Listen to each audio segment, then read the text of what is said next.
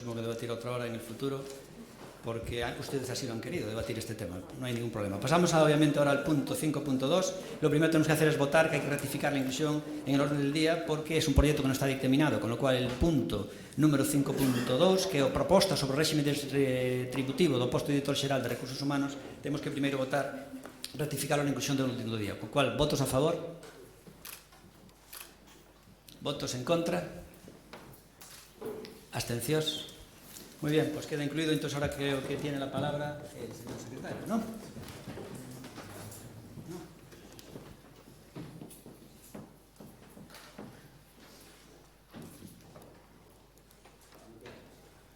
Sí, proposta da alcaldía.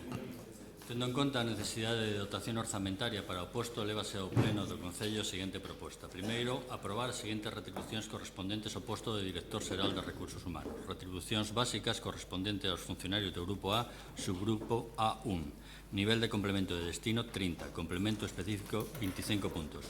Segundo, non resultará de aplicación o vixente acordo regulador das condiciones de traballo para os empregados públicos do Concello de Ourense, a excepción dos dereitos e deberes inherentes á súa condición de empregado público. Muy bien, pues entonces creo que el señor Armando Gea, de Democracia Orensana, del Grupo de Gobierno, el señor Armando Gea, que es además el concejal de Recursos Humanos, tiene la palabra. Pida la palabra. Perfecto. Gracias, alcalde. Saludos neste que poderíamos chamar principio de curso, non? Estamos en setembro, coincidindo co origen do curso para aquelas persoas que se atopan en idade estudiantil. Nós tamén estamos empezando un novo ciclo, non? A ver se temos todos a maior sorte posible nisto. Unha das primeiras cousas das que se deu conta o alcalde e o equipo de goberno cando empezamos a gobernar, fai uns poquinhos meses, foi que entre as moitas deficiencias que ten este Concello, unha das que se podían mellorar serían o funcionamento do personal. No funcionamento do personal hai dous aspectos que eu estou seguro de que todos estamos de acordo en que se poden mellorar. As diferencias poden vir acerca do xeito en que pensamos que se pode mellorar, pero, bueno, dúas cousas, unhas que é o propio organigrama, que posiblemente pode ser mellorable, e, segundo, o rendimento laboral dos traballadores. Como dixo antes o alcalde, démonos conta da que a maquinaria do persoal podíase mellorar. O cual tampouco quere dicir que este especialmente mal, pero eu penso que podemos pensar que se pode mellorar. E unha das ideas que se puxo sobre a mesa desde o primeiro momento, e que hoxe materializa neste punto do orden do día, foi a creación, digo creación porque a pesar de que xa tiña existido no pasado, pero había sido eliminado, a creación do órgano, da figura do director xeral de personal. Como digo, era unha figura que había existido noutro momento, pero polas causas que foran, que non veñen agora a caso tratar, prescindiuse desa figura e volveuse a tomar en consideración a creación da Dirección Xeral de Recursos Humanos. Non fai falta que recorde que hai competencias, que o Pleno ten as competencias a hora de definir as líneas xerais, o organigrama xeral de funcionamento do Concello, concretamente a Lei Reguladora de Base de Réximen Local e o Reglamento Orgánico de Funcionamento. Esa legislación atribuye as competencias ao Pleno do diseño do organigrama administrativo xeral, e o alcalde ten as competencias a hora de definir máis polo miúdo os aspectos máis concretos do organigrama. Concretamente, como digo, promoveuse a creación da figura que é un órgano realmente da Dirección Xeral de Recursos Humanos, coas competencias que habitualmente ten esta figura, que serían longas de detallar, pero estou seguro de que todos vostedes coñecen, porque é unha figura que comparten outras administracións públicas. Por un lado, a coordinación das diferentes áreas nas que o Concello, nas que o Pleno houbera decidido dividir o goberno, e, segundo, as características que habitualmente se lle atribuyen aos líderes, non? Eu penso que todos vostedes teñen oído falar do liderazgo, e esta figura, en principio, motivaría os empregados, optimizaría o seu traballo, faría que se intentaría que se realizasen profesionalmente, etcétera, etcétera. Todo eso que vostedes saben que debe ter un director xeral de Recursos Humanos. Unha vez decidido, pois procede, que é o punto concreto que se vai a votar agora, procede o réximen retributivo. Podes recordar as características decididas, xa saben que é un posto de libre designación, o cual non quere decir que non intentemos encher ese posto coa persoa que estimemos máis capacitada e que mellor pode desenrolar ese traballo. O posto é de Director Xeral de Recursos Humanos e os requerimentos específicos que pensamos que poden ser os mellores: funcionario do Grupo A, subgrupo 1, licenciado en Dereito, disponibilidade e dedicación para o desempeño das funcións do posto fora da xornada habitual do mesmo, e as retribucións correspondentes serán fixadas polo Pleno da Corporación.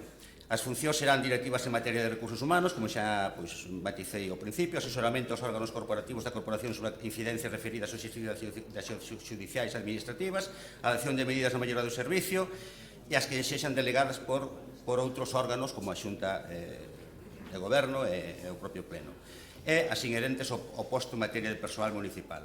A proposta concreta do acordo xa leu anteriormente o señor secretario, non a vou a repetir, e, sin máis, o único que pediría é que se votase a favor desta proposta. De momento, nada máis. Gracias. Muy bien, pues pasando ya en el turno, empieza el turno de intervenciones. Luis Seara, del Partido Bloque Nacionalista Gallego. 5 minutos. Señor Seara, un segundo, por favor.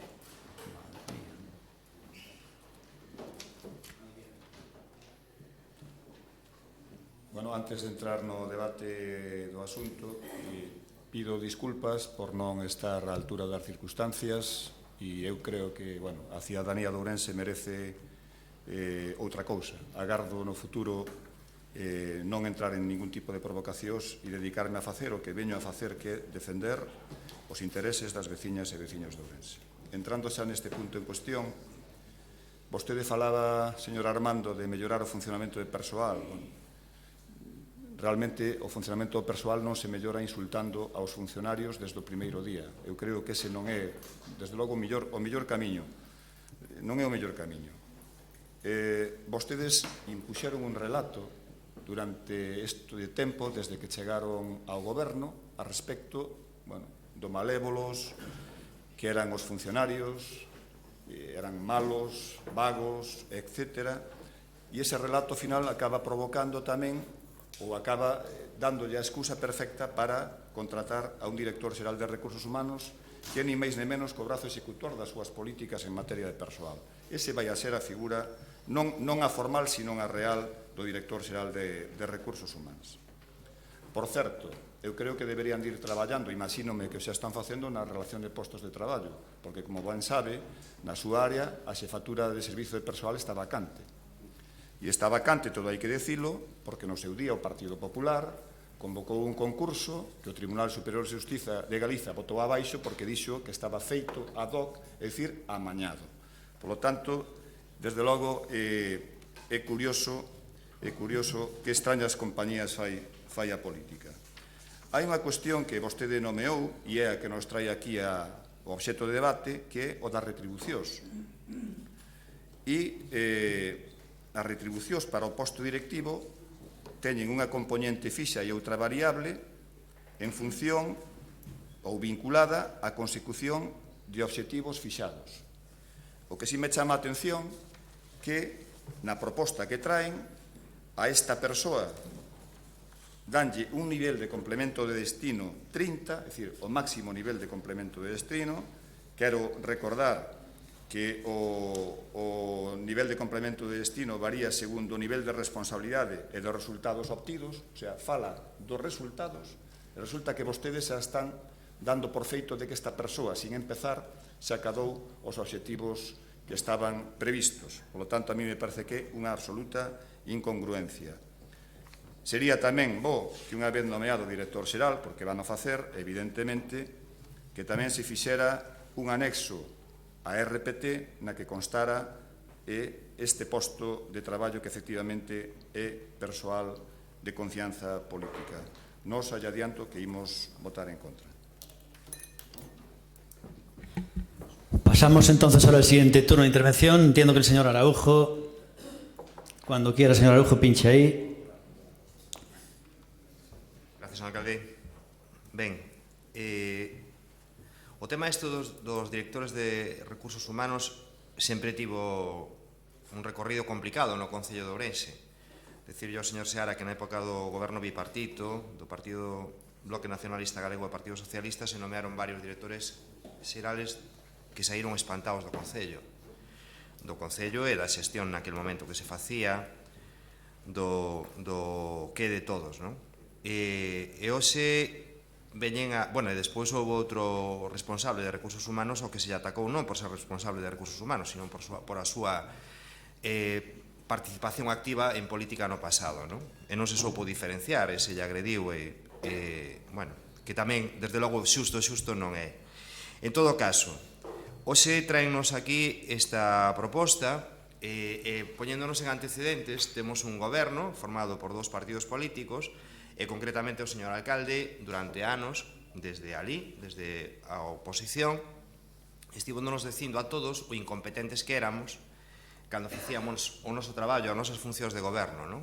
E dicindo constantemente, con impacto bastante mediático en medios de comunicación, en as redes sociales, dicindo todo o que el faría cando chegara á alcaldía do Concello de Ourense, non? E entonces, daquelas prometía unha eficiencia espectacular. É dicir, incluso houve moita xente que creeu en esa posibilidade. Por exemplo, os veciños da Ponte pensaron que o señor alcalde xa tería hoxe aberto o mercado de abastos da Ponte, non?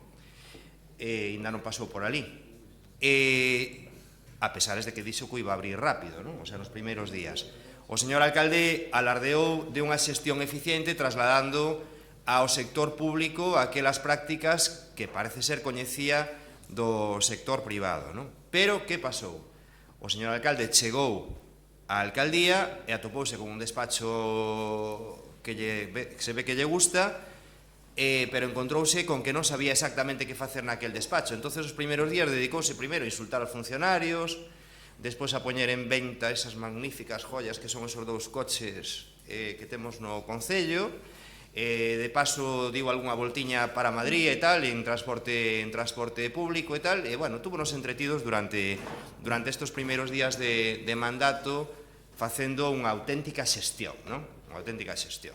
Fai temblar o sector cultural, ataca aos comerciantes da Plaza de Abastos. Bueno, isto dá para moitísimo, non? Pero claro, é que non sabemos que facer e non sabemos por onde avanzar, a pesares de haber configurado o goberno máis caro da historia recente da cidade, a pesares de levar ao extremo, pretender levar ao extremo o personal de confianza para ter moitos compañeiros que actúen como comisarios políticos nos diferentes departamentos, aínda non é suficiente. Entonces temos que nomear un director de recursos humanos. Eu preguntaballe a don Armando, existe esa ficha de director de recursos humanos na relación de postos de traballo? Porque vostedes falan como se non existira, como se a estiveran creando, non? E a min hai unha cosa que me chama poderosamente a atención, e cando ves a ficha ten un nivel de complemento de destino de 25. E vostedes aquí veñen a propoñernos un complemento de destino de 30. A ficha ten un complemento específico de 18,91. E aquí veñen propoñéndonos un complemento específico de 25.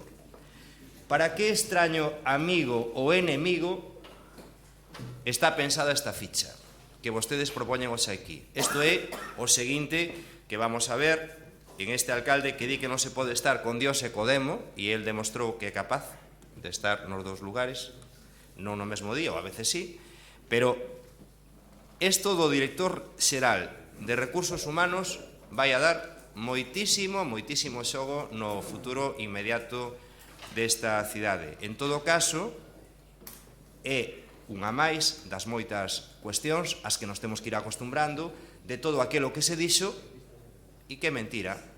No alcalde que xa está clasificado como máis mentirán da historia da cidade, pois esta é unha máis. Hai que nomear xa a un director xeral de recursos humanos, porque como non temos ninguna dedicación exclusiva, nin personal de confianza e tal, pois temos que nomear un salario máis para que nos axude a xestionar o que nós non sabemos facer. Señor Araujo, yo creo que usted Es para alucinar, realmente. Yo voy a hablar con datos, o sea, vamos a ver, es que ahora mismo en personal no hay ningún experto en el tema. Mire, ahora mismo quedó descabezada, debido a las chapuzas que hicieron ustedes en el pasado, lo que es esa plaza que es necesaria. Una persona que domine el tema de personal, quedó descabezado. Y la persona que está ahora mismo al frente es una persona interina, es una persona que realmente no tiene realmente lo que se requiere para ser profesional. Está de forma totalmente provisional. Es prácticamente obligatorio lo que estamos haciendo nosotros. O sea, ¿cómo puede decir que queremos hacer eso por meter a alguien si gobernar a quien gobernar lo tendría que meter? O sea, no está el número 1 y el número 2 que está sustituyendo al número 1, pues es una persona que está un poco provisional. Entonces yo creo que usted, la verdad, o sea, este tema es incuestionable, es totalmente incuestionable lo que debemos hacer ahora, que tenemos que meter una persona que realmente domine el tema del personal, porque aparte está vacante la plaza. Yo no sé de qué habla. La plaza no la creamos nosotros, hombre. Lo que estamos haciendo ahora es aquí esta ¿cómo se llama? Esta propuesta de régimen sustitutivo. Es decir, estamos poniendo obviamente las bases. Después ustedes harán alegaciones lo que quiera, pero es que esto hay que hacerlo, sí o sí. No es dudable. Después me dice usted, miente como un auténtico cosaco. Mira, hay una escena de la película, no sé cómo se llamaba. Ahora no recuerdo cómo era la película, lo sabré después. En la que iba a rescatar a una persona que estaba en un coche y le decía a la tía, not you, tú no. Al policía que le iba a rescatar, dice, no, tú no vengas tú, ¿no? Pues esto igual, oye, cualquiera menos tú para criticar esta historia. Cualquiera menos tú para criticar cuando realmente has formado parte de todo el granaje del Partido Popular y que en infraestructuras, la parálisis del Ayuntamiento de Orense, el concejal de infraestructuras que paralizó todo esto fue ese señor. El que está ahí sentado durante 4 años, que no hizo nada en infraestructuras durante 4 años, no empezó ni lo que es una rampa de unas escaleras mecánicas, fue ese señor Araujo, y está ahí tan tranquilo, sonriente. Y acusa de enchufe a esa persona, el mismo que metió a su sobrino en la empresa de limpieza nada más entrar aquí en el año 2015. Entonces, not you, Araujo, not you. Vamos ya con la siguiente intervención del señor Jones, de nombre Wilson. Grazas, señor alcalde, benvido a todos, noraboa nova concelleira. A verdade é que teño que sumarme ao consello que lle deu Araujo, señor Seara, que non podemos entrar, e xo digo a vostede, señor alcalde, nestas liortas continuas. E vostede acaba de decir unha cousa que a mí tamén sorprendeme, que iso que os plenos iban a ser interesantes precisamente por estas liortas. Home, interesantes non van ser esperpénticos, quizáis, pero interesantes non. Interesantes son cando se traen aquí mocións e se debaten sobre a preocupación da ciudadanía. Xa entrando no debate, señor Ojea, eu vou empezar por un rogo que eu vou facer, e que acuda a xuntas de área de persoal. Mais que nada porque estes asuntos tense que debater ali, tense que fumar ali por parte de vostede, cales son as preocupacións, porque na xunta de área na que eu estou a traballar, a xunta de infraestructuras, medio ambiente, persoal e urbanismo, na primeira só compareceu o señor Caride, que fixo todo o seu posible para nos informar de materias que non era da súa competencia, pero nin vostede, nin o señor Gumar, nin a señora Ogando, que sí que veo a segunda xunta diaria, estaban presentes. Estas cuestións tense que debatir tamén na xunta diaria, que é onde temos que fiscalizar a oposición á labora do goberno. Por tanto, queda na mesa o rogo para que compareza a próxima xunta diaria de persoal, porque vostede o concelleiro de persoal. E cando falaba das motivacións que lle levaron a este novo posto de traballo, un pouco tamén creo que traicionou o inconsciente, porque dixo que, a parte do relatorio do que xa temos no expediente, co finalidade de motivar os funcionarios, eso que decir que están desmotivados, crítica de novo aos funcionarios, e para un mellor rendemento laboral. É dicir, que os funcionarios non rinden. Outra crítica tácita aos funcionamentos dos concelleiros. Pero isto é moi chocante porque todo o relato de democracia orensana durante a proyección, e incluso hai unha páxina inteira nun diario local do señor Gonzalo Pérez Jácome, a crítica acérrima era a excesiva burocratización, o excesivo persoal existente no Concello. E agora o que, efectivamente, como decía o señor Araujo, o que fan é encher ao máximo posible os personaxes eventuais e, ademais, crear un novo posto de funcionario, é dicir, aumentar a burocracia, se supón. Non acabo de entender cal é o relato. Isto dende un punto de vista puramente político. E xa entrando no tema técnico, efectivamente, na ficha do posto hai unhos complementos que agora incrementanse e non se sabe por qué. E digo que a mellor estamos a falar de certas, digamos, mecanismos que non están ben, que non son acordes ben con o que está recollido nas bases de execución dos orzamentos. Os orzamentos que están prorrogados, todo o tema do persoal, a dinámica de gasto do persoal está digamos, a desenrolarse nas bases de execución deses orzamentos.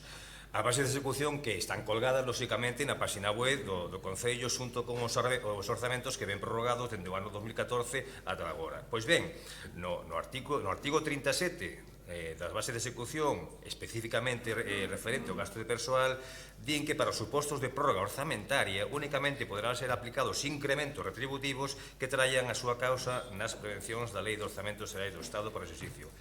Cumprirse con isto? Pregunto, porque en dereito casi todo posible. Cumprirse con esta premisa?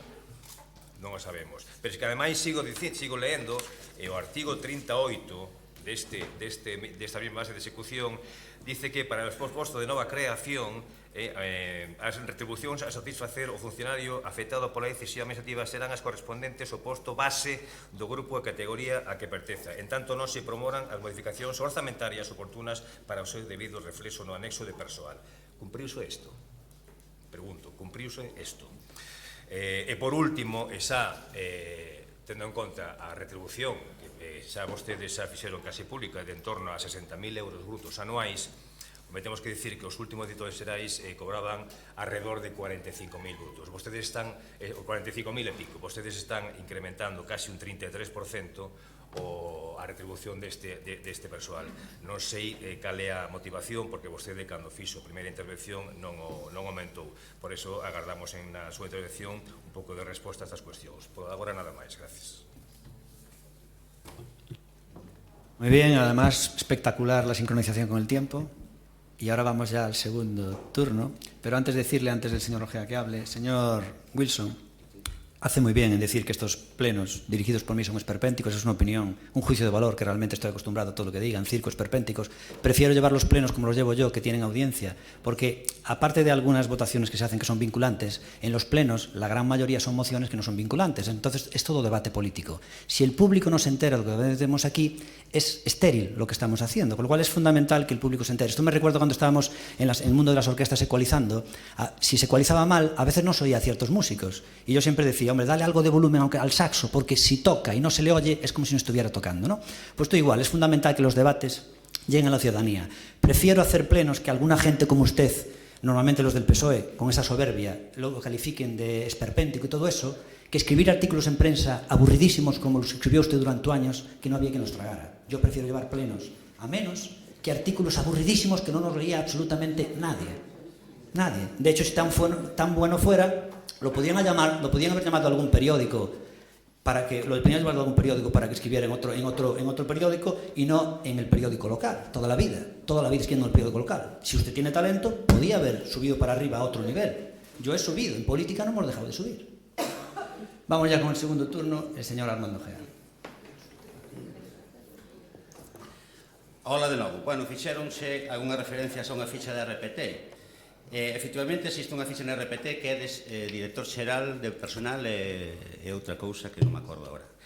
Pero informándome que a persoa que fai as veces de xefe, digo a persoa que fai as veces de xefe de servicio, porque xa se dixo aquí que esta está vacante, informousenos que en realidade isto debe ser un órgano directivo, un órgano. Entón vou ler pois o informe que se fixo desde o Servicio de Personal, un párrafo só un párrafo que pone aquí. El puesto de Director General de Recursos Humanos fue en su momento creado y posteriormente eliminado, siendo por tanto necesario para la creación deste órgano directivo. O sea que non é o mesmo esa ficha de RPT co que estamos intentando crear. Tense que crear como órgano, inda que ese órgano conste únicamente dunha soa persoa.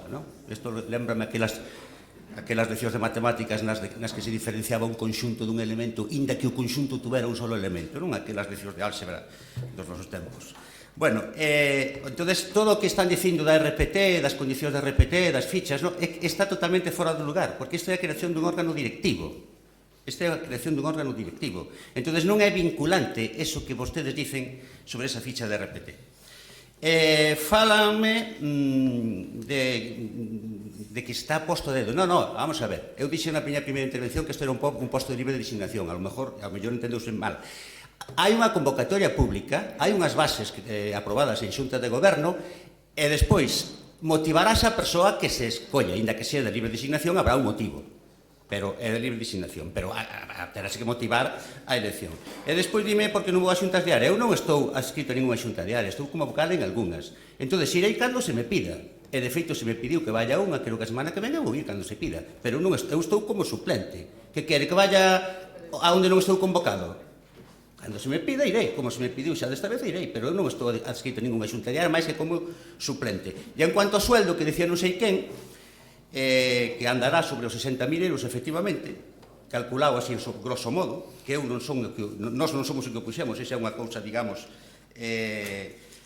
relacionada cas características que están aquí. Se usted consulta os salarios, os sueldos dos directores xerales de outros concellos de España, onde están xa creadas a figura, que eu tomei má molestia de consultalos, andan precisamente por esa cifra, 60.000 euros, quitando de Madrid, que son 90.000. Os directores xerais do Concello de Madrid son 90.000. En todo caso, este é o salario pertinente según os requisitos coas características que se entenderon axeitadas: funcionario grupo A, subgrupo A1, licenciado en Dereito, disponibilidade e dedicación por o desempeño das funcións do posto fora da xornada habitual, pois as características retributivas que lle puxo os técnicos que saben máis que a min desta clase de cousas.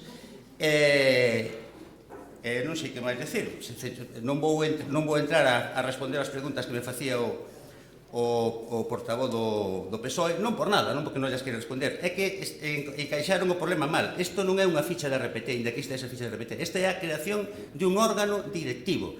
E inda que se lle exixa que sexa funcionario, porque lle vai vivir ben que sexa un funcionario do grupo A1, que entenda, que sepa de leyes, que conozca o funcionamento da administración, non é un funcionario realmente do Concello, é a creación dun órgano directivo, e faise caso omiso desa ficha da RPT, seguindo as instruccións dos técnicos que nos dixeron que esa ficha, que ademais ten outro nome, non é Director Xeral de Recursos Humanos, sino Director Xeral de Recursos Humanos é outra cousa, outra cousa máis, que non é exactamente isto, senón non habría que crealo, estaría xa creado, solamente habría que provisionar.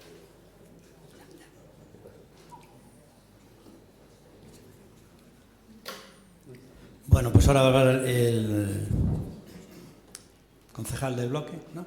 No va a hablar. No hace uso el concejal del bloque del segundo turno. Ciudadanos sí hace uso. Un detalle antes, ya que va a hablar de Ciudadanos, lo tenéis para él.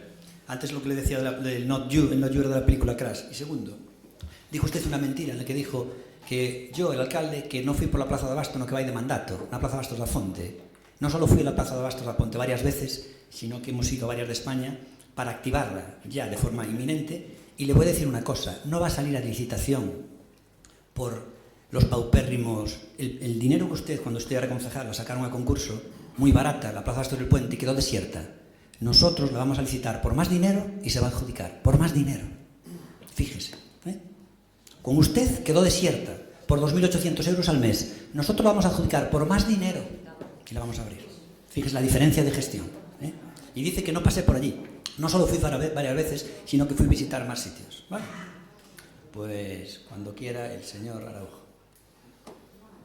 Armando.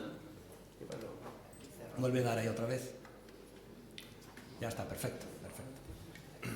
Bueno, si así a Plaza de Bastos alegrámonos. Oxalá voulle pasar a don Armando Ojea, porque se ve que non a coñece, a ficha de Director Xeral de Recursos Humanos e Servicios Generales, que según a súa argumentación, pois o que están a plantexarnos aquí, pois non é exactamente, e tú lees aquí e dices que ten que ser un licenciado en Dereito, que vai facer funcións directivas en materia de recursos humanos e contratación, as intereses ao puesto de materia de persoal municipal, xestión de plantilla, relación de puestos de traballo e catálogo, las que le sean delegadas por outros órganos, adopción de medidas de mejora de todos os servicios e racionalización de los recursos humanos del Concello.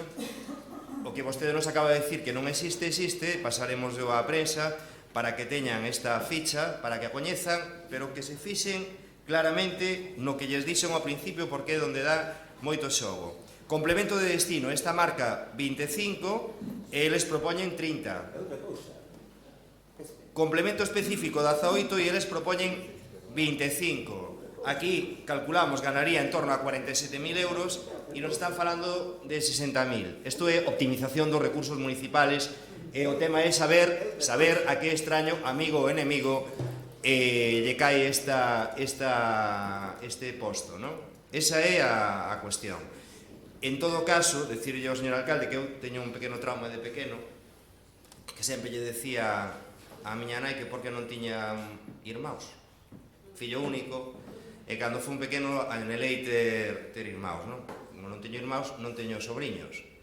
Pero aquí este home chamoume un día para tomar un café para venderme a moto de que lle habían dito unha cuestión, tomamos ese café que logo o fixo público, como todo o fai, cuidado, xa lle tocou zasca ao señor do Partido Socialista, dos seus artículos, aquí hai zascas para todos, o alcalde ten zascas para todos, cuidado que non lle vexan un grano algún, porque o grano sae en calquera momento, non? Para venderme a moto de que iba a quitar un tema na prensa, que lle estaban presionando os sindicatos, o día seguinte chamoume un minuto antes, di unha roda de prensa ás 9:30 da mañán e ás 9:29 mandoume unha mensaxe para decirme que lo tenía que hacer, que tenía que anunciar aquello e tal, en plan de favor, non?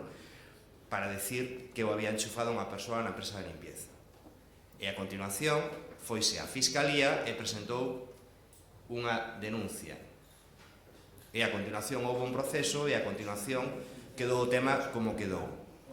Pero ele sigue insistindo no tema e eu digolle que a mí me hubiera gustado ter irmãos para ter sobrinhos.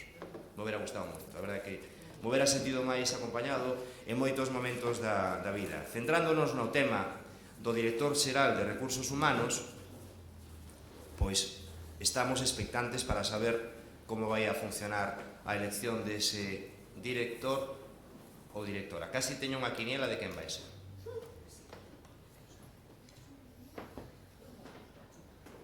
Señor Araujo, efectivamente, yo dije que era un sobrino, lo mantengo, un sobrino político, era sobrino de su pareja, o sea, nosotros nunca, pero bueno, creo que eso quedó clarísimo siempre, lo dijimos. O sea, por mucho decir que usted no tenga sobrinos biológicos, no le va a escudar de ese tema. Lo mismo con lo otro, aquí hay cientos de irregularidades que se denuncian, nosotros lo denunciamos por la vía penal y que penalmente no se demostrara que no hubiera dolo, o como se diga jurídicamente o lo que sea, o intención o provocación, no quiere decir que la irregularidad no se hiciera, no quiere decir que nos haya enchufado a su sobrino, que se enchufó en la empresa de limpieza. ¿Me entiende? O sea, que hay cantidad de denuncias que nosotros denunciamos por la vía penal, que después, pues obviamente no hay condena, pero carallo, aviso a navegantes que no vuelven a hacer las cosas irregulares. Así que bienvenidos sean esas denuncias. Y si las admiten a trámite, por algo es. Bueno, pues ahora creo que para terminar ya este debate va a hablar el señor Wilson Jones. Gracias. Señor Ojea, vostede me di que non está escrito a xunta de área de persoal, pero que ese non é o noso problema. Quero dicir, quen reparte e quen desina do mesmo da formación sana, quen ten que ir, de logo non somos nós, pero lóxico é que o concelleiro de persoal está escrito a xunta de persoal. Igual que o concelleiro de infraestructuras, señor Caride, sí que está na xunta de infraestructuras, e a concelleira de urbanismo sí que veo a última xunta de área para dar conta, digo eu. E logo nós non repartimos os concelleiros de vocación sana en cada unha das áreas de goberno. Pon como exemplo, a efectos retributivos, o que cobra un director xeral en Madrid. Claro, eu non sei se o nivel de vida de Madrid é o mesmo que o de Ourense. Cal é o soldo medio dun traballador na principal cidade de España, cal é o seu soldo medio na cidade de Ourense. E, por tanto, sigue sin respostar por que de os 45.000, 46.000 euros de que falamos agora que debe cobrar ese director xeral, agora pásase a 60.000 ou máis, é dicir, máis dun 30% de incremento do soldo. Non ha respostado. Bueno, a ver se na próxima xunta diaria podemos ter algunha información. E, por último, señor alcalde, tamén me preocuparía moito se os meus artigos lle gustaran a vostede, xa yo digo, porque entón o meu gusto a mellor non era o aceitado. Pero mire, señor alcalde, digo estas dúas verbas, señor e alcalde. Para ser alcalde vostede só necesita 14 votos aquí, os 7 dos seus compañeros de vocación sana e os outros 7 do Partido Popular, que non sei se están de acordo ou non con como se comporta vostede nesta nesta corporación. Pero para serse un señor non falta nin 14 años nin 12.000 votos, fai falta moitísimo máis. Pero a mí nunca me vai a ofender, sinceramente, porque non pode. Entón, doulle un consello, a mellor está rosmando por dentro a ver como pode ofenderme, pero nunca vai a conseguir. Entón, sencillamente porque, para ofenderme a min, vostede non ten a talla que se precisa. Por tanto, todas as alusións persoas que fixo respecto de min, eu o que fixen, o que dixen foi o que dixo vostede, que como esta liorta facía interesantes os plenos. Bueno, é unha opinión tamén subjetiva. Non sei se os están viendo este pleno consideran interesantes as liortas continuas en que vamos a estar metidos. Eu vai ser a última vez que faga algún tipo de alusión. Tamén lle digo, se vostede non lle gustaban os artigos, ten o seu dereito. A min alégrome, sinceramente, de que os meus artigos non lle gustaran a vostede, nada máis. Vamos a votar a favor deste nomamento. Señor Wilson Jones, creo que usted está equivocado, o a lo mejor tiene un concepto muy alto de sí mismo. Cuando yo hablo para usted, diciendo que si lo intento ofenderle, cuando yo hablo para usted y me dirijo a usted, señor Wilson Jones, no es para que me oiga usted. Cuando yo le digo algo a usted, no es para que me oiga usted, hombre. Yo hablo para el pueblo, no hablo para usted, hombre, por favor. Ahora vamos ya a proceder a la votación. ¿Votos a favor? ¿Dijisteis que iban a votar a favor? ¿Dijisteis que vais a votar a favor? Dijo que iban a votar a favor. Perdón, bueno, el señor Wilson Jones antes dijo que iban a votar a favor y era en contra. Entonces, bueno, no hace falta. Pero bueno, no importa nada, sigue siendo listo igual, no pasa nada. ¿Votos en contra? ¿Abstención? Muy bien, pues queda aprobado. Y ahora sí empieza, si ustedes quieren llamarle circo lo que quieran, pero es que ahora realmente empiezan las mociones, que no son vinculantes, lo anterior sí que era vinculante, y ahora sí que empiezan las mociones en las que realmente no son vinculantes y simplemente son debates plenarios para que el pueblo sepa cuáles son nuestras posturas. Esto es muy importante porque la prensa le hace el juego a estas mociones diciendo el Pleno acuerda tal, el Pleno no acuerda nada, que estos son mociones no vinculantes. Todos los partidos en el pasado, nosotros intentamos hacer que fueran vinculantes, nunca nos hicieron caso, todos estaban de acuerdo en no hacerle caso a las mociones, pues seguimos en esa línea. Nada más. Así que empezamos ya con la primera moción, que es una moción interesantísima. El debate es interesantísimo, no así lo que se vote, porque es irrelevante, pero el debate es muy interesante, pues es una moción del Grupo Municipal del Bloc Nacionalista Gallego al respecto de la situación del comercio local. Y creo que va a hablar el señor Luis Seara. Entonces, un segundinho, que empezamos con 6 minutos. 5 minutos, perdón, 5 la primera intervención y 4 la segunda. Cuando quiera, señor Luis Seara. Moi bo día. Hai un fantástico libro de Nietzsche que creo que é recomendabilísimo para todo o mundo, que se titula Así habló Zaratustra. Creo que convinte lelo, recomendable.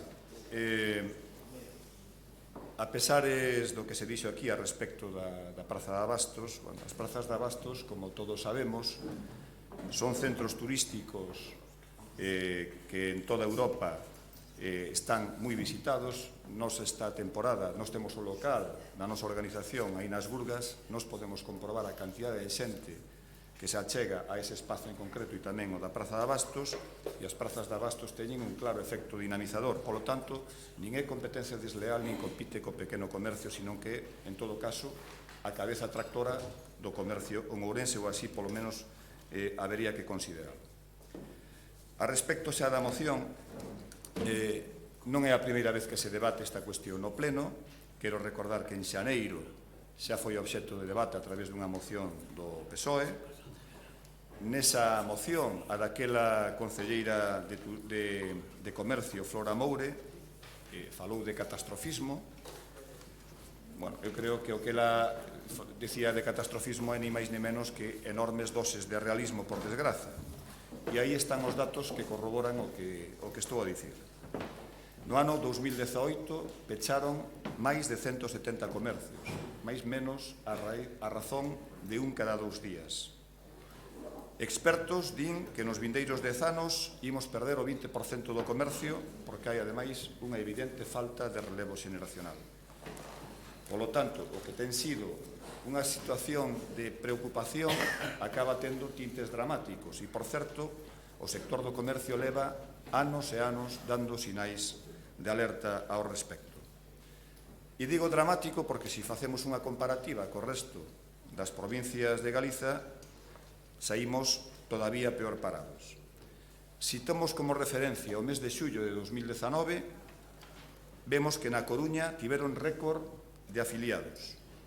En Lugo, máis menos, mantiveron as mismas ratios de emprego que no pasado ano. Pontevedra obtivo o maior número de empregados da última década e Ourense os peores datos da súa historia. Bueno, eu creo que o que pasa en Ourense non é froito dun meigallo nin dunha maldición bíblica e algo terá que ver as políticas que se teñen levado a cabo durante todos estes anos. O que está acontecendo, insisto, co comercio é tan evidente, antes solamente era perceptible na periferia, pero agora é perfectamente visible no centro da cidade. Eu, que nacín na calle Villar, na Rúa do Vilar, que os meus pais tiveron un negocio e a min saíron os dentes no negocio, esta rúa era a rúa máis comercial de Ourense. Os coches, os autobuses, chamaban os coches de línea, paraban no xardín e era unha auténtica riada de xente. Comercios, moitísima actividade comercial. Bueno, hoxe calquera persoa que se dea unha volta por a Rúa do Vilar e por a Rúa Colón daránse conta de que son rúas absolutamente desertas e tan desertas que a xente hasta ten medo de pasar por elas. Para nós o comercio é un sector absolutamente estratégico. Aporta unha importante cantidade ao Produto Interior Bruto do país, tamén ao Produto Interior Bruto da provincia, fixa poboación. Hai outro elemento que é determinante, porque non solamente estamos padecendo un deserto demográfico na provincia, na zona rural, sino tamén na propia cidade. Nos últimos 5 anos perdemos 4.000 habitantes, humaniza os espazos da cidade e tamén as rúas e barrios. Eu falaba antes de que hai xente que ten verdadeiro medo a pasar por determinadas rúas porque están absolutamente abandonadas e baleiras, e xera emprego de calidade. E a marxe dos erros propios que os hai, e me imagino que o sector do comercio ten feito a necesaria autocrítica, que podemos facer desde as distintas administracións? Eu creo que iso é verdadeiramente relevante desta iniciativa. Imagínome que todas as administracións teñen que ter, dentro do ámbito competencial, un papel claramente proactivo. Desde a administración estatal, como se pode axudar ao comercio? Bueno, nos vemos defendendo desde hai moitísimo tempo a través dunha tarifa eléctrica galega que permita un abaratamento do recibo da luz. A administración galega, a través dunha nova lei de horarios comerciais que pense no pequeno comercio local e non nas grandes superficies. E no ámbito local, a través da posta en marcha de medidas contidas no plan de emprego, entre outras, para dinamizar o sector do comercio. E nós trouxemos esta moción con 2 acordos moi concretos. Un, absolutamente aberto, porque nós temos propostas concretas, pero non queríamos condicionar ningún tipo de debate e queremos que sexa o propio sector o que poña en riba da mesa as medidas. E despois, outra cuestión que si nos parece de enorme relevancia porque está a ter un impacto sobre o sector do comercio, que é a lei de horarios comerciais. A todos nos vai como sociedade moitísimo neste envite, non só o sector do comercio, senón as veciñas e veciños de Ourense no seu conxunto, e espero que sexan receptivos a esta iniciativa. Moitas gracias. Muy bien. Pues en Ciudadanos va a hablar el señor Laureano Bermejo. Cuando quieras. Bueno, pues muchas gracias. Y yo creo que el tema de hablar del pequeño comercio, del comercio local, hablar de autónomos, pues es un tema realmente preocupante y es muy conocido por todos los orensanos. Yo creo que este es un debate que ya se ha mantenido muchas veces aquí en este pleno y todo el mundo sabe, o parte, sabe que tanto mi familia como yo mismo pues siempre hemos tenido una pequeña empresa y fuimos autónomos. Entonces, personalmente sé de sobra lo que significa y los problemas y las penalidades que hay que soportar todos los días para poder levantar una persiana a primera hora de la mañana, con lo que eso implica. Y la situación del comercio local en Orense yo creo que es un claro reflejo de la depresión económica en la que se encuentra nuestra provincia. Que si tenemos problemas de disminución de la población, la poca población ocupada y los bajos ingresos. Por eso yo creo, personalmente, que desde el Ayuntamiento de Orense debemos promover una serie de medidas y líneas de actuación concretas para contribuir en la consolidación y la mejora de la competitividad en el comercio de proximidad. porque nos consideramos que nos encontramos ante un sector muy olvidado y no suficientemente potenciado por el gobierno local.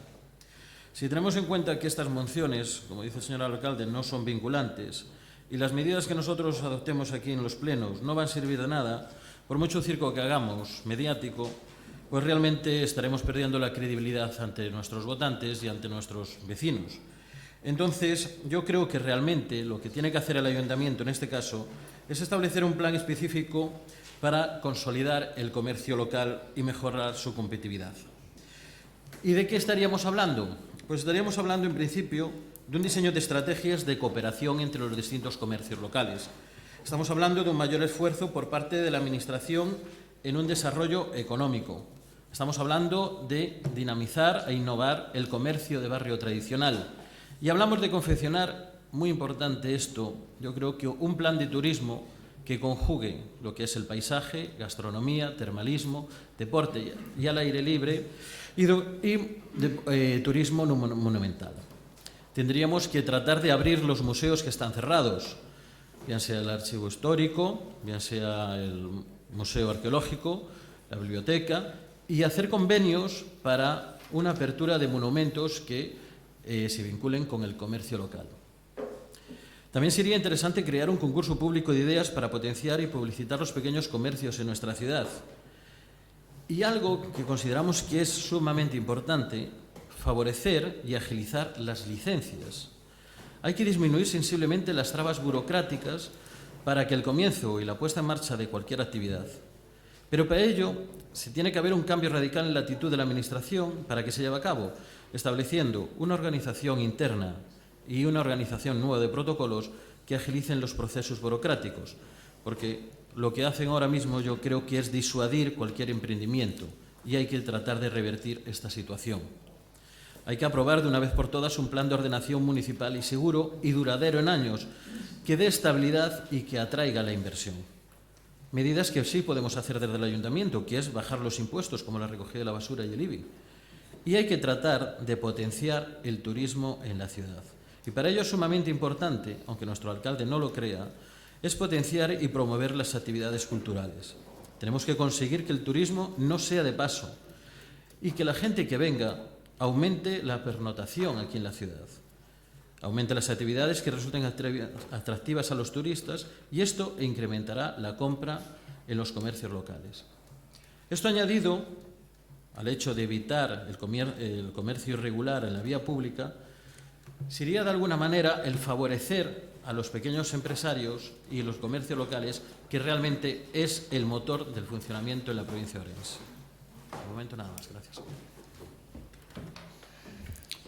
Muy bien, simplemente un matiz, me hace gracia porque dice que tenemos que promover las actividades culturales para el comercio local. El comercio local ha sufrido una sangría en los últimos años, a pesar de que estaban llevando actividades culturales que todos aplaudíais. Así que, ¿de qué sirven esas actividades culturales si en el pasado se ha demostrado que el comercio local iba en picada igual? Parece que no hay mucha correlación entre ciertas actividades culturales en Orense y el decaimiento del comercio local. Creo que no hay ninguna relación. Es como cuando me decían, es necesario el Club Orense Baloncesto para revitalizar la ciudad. Hombre, el Club Orense Baloncesto ya estuvo en la CB 10 años y Orense no dejó de caer. Así que el argumento de que el Club Orense Baloncesto tiene que estar en la CB no está demostrado. Es más, ya se demostró que era irrelevante para revitalizar la ciudad. Pues el hecho de que haya grandes actividades culturales en Orense, que nosotros vamos a cambiar muchos enfoques, oiga, las clásicas asociaciones culturales no han impedido que el comercio local cayera en los últimos 15 años, porque va por otros derroteros el consumo, como luego le explicaré yo.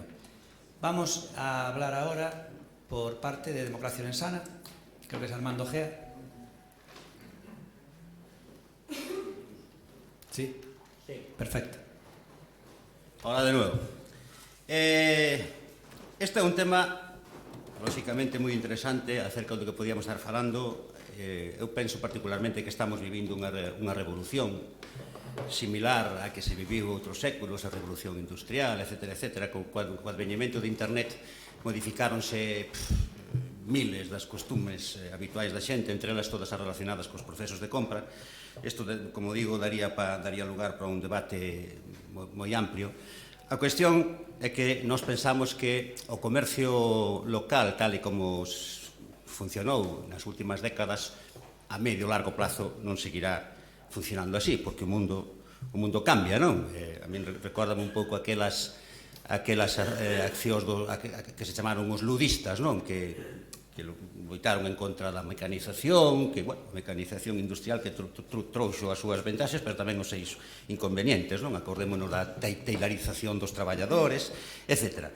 En todo caso, inda que pensemos que a largo plazo pois, o comercio local terase que redefinir, falaba, non sei que portavoz, da falta de relevo xeracional. O mellor esa falta de relevo xeracional sucede precisamente porque a xente xoven, os xóvenes sempre tuveron unhas anteniñas moi sensibles á hora de olfatear por onde vai o futuro, non? Entón é posible que a xente xoven perciba cousas no entorno que nós, os que temos xa certa edad, non percibimos, seguramente percibe que eso non ten futuro e búscase a súa maneira de vivir por outro lado. En todo caso, como iba dicindo, o feito de que o comercio local, tal e como o concebimos, pensamos condenados a desaparecer pois nas próximas décadas, non impide que teramos que facer o máis posible, porque claro, a naturaleza non fai saltos, non? Como decía Pascal. Ten que haber unha transición na que, mentras tanto, esa xente pode seguir vivindo dignamente, esas empresas poden seguir funcionando, dando pois, de comer ás persoas que viven deso, e logo xa pois, o mercado e a sociedade se irá autorregulando, pero que non haxa traumas, non? Doi parcialmente a razón ao señor Laureano de que, tendo en conta que hoxe a compra que se fai físicamente ten moito que ver co entreteñemento, non? máis que coas necesidades do que se compra, é unha forma de entreteñemento, ao mellor, pois sí, fomentar un pouco o tema de que a xente viñera a Ourense podría fomentar un pouquiño as compras. Pero, bueno, nós tamén temos falado de que a reducción da burocracia podía favorecer, a baixada de impostos, etc. De todos xeitos, como vamos a falar das propostas concretas do bloque, pois vamos falar delas en concreto. Fala primeiro de convocar unha mesa de comercio. Nesto, ao marxen da eficacia que nos podamos pensar ou dudar da mesa de comercio, isto creo que xa está exigido por a lei. Entonces, no primeiro punto do acordo teremos que votar a favor porque convocar a mesa do comercio sencillamente é algo exigido pola normativa. Entonces, pois, votaremos a favor do punto 1 co fin de abordar a situación do comercio e de aprobar un plan de medidas de choque que palía ou limita a actual deriva deste sector estratégico. Efectivamente, non nos queda máis que votar a favor, inda que dudamos, como sempre dicimos, desta clase de comités, de mesas, etc., pero non nos queda máis remedio que votar a favor porque así o exixen as normativas. O que xa non estamos de acordo co segundo punto pola seguinte razón. Plantéase a cuestión dos horarios comerciales. A normativa dos horarios comerciales foi aprobada precisamente polo BNG no ano 2006. Esta normativa foi aprobada polo BNG cando estaba no bipartito e foi modificada no ano 2013 por consenso de todos os partidos no Parlamento de Galicia. O sea que, curiosamente, están pedindo modificar unha lei que aprobou o BNG e coa que parece ser que están de acordo todos os comerciantes. Parece ser que non hai absolutamente ninguna demanda por parte das federacións de comerciantes ni das asociacións de comerciantes de cambiar esta lei. Están contentos, polo visto.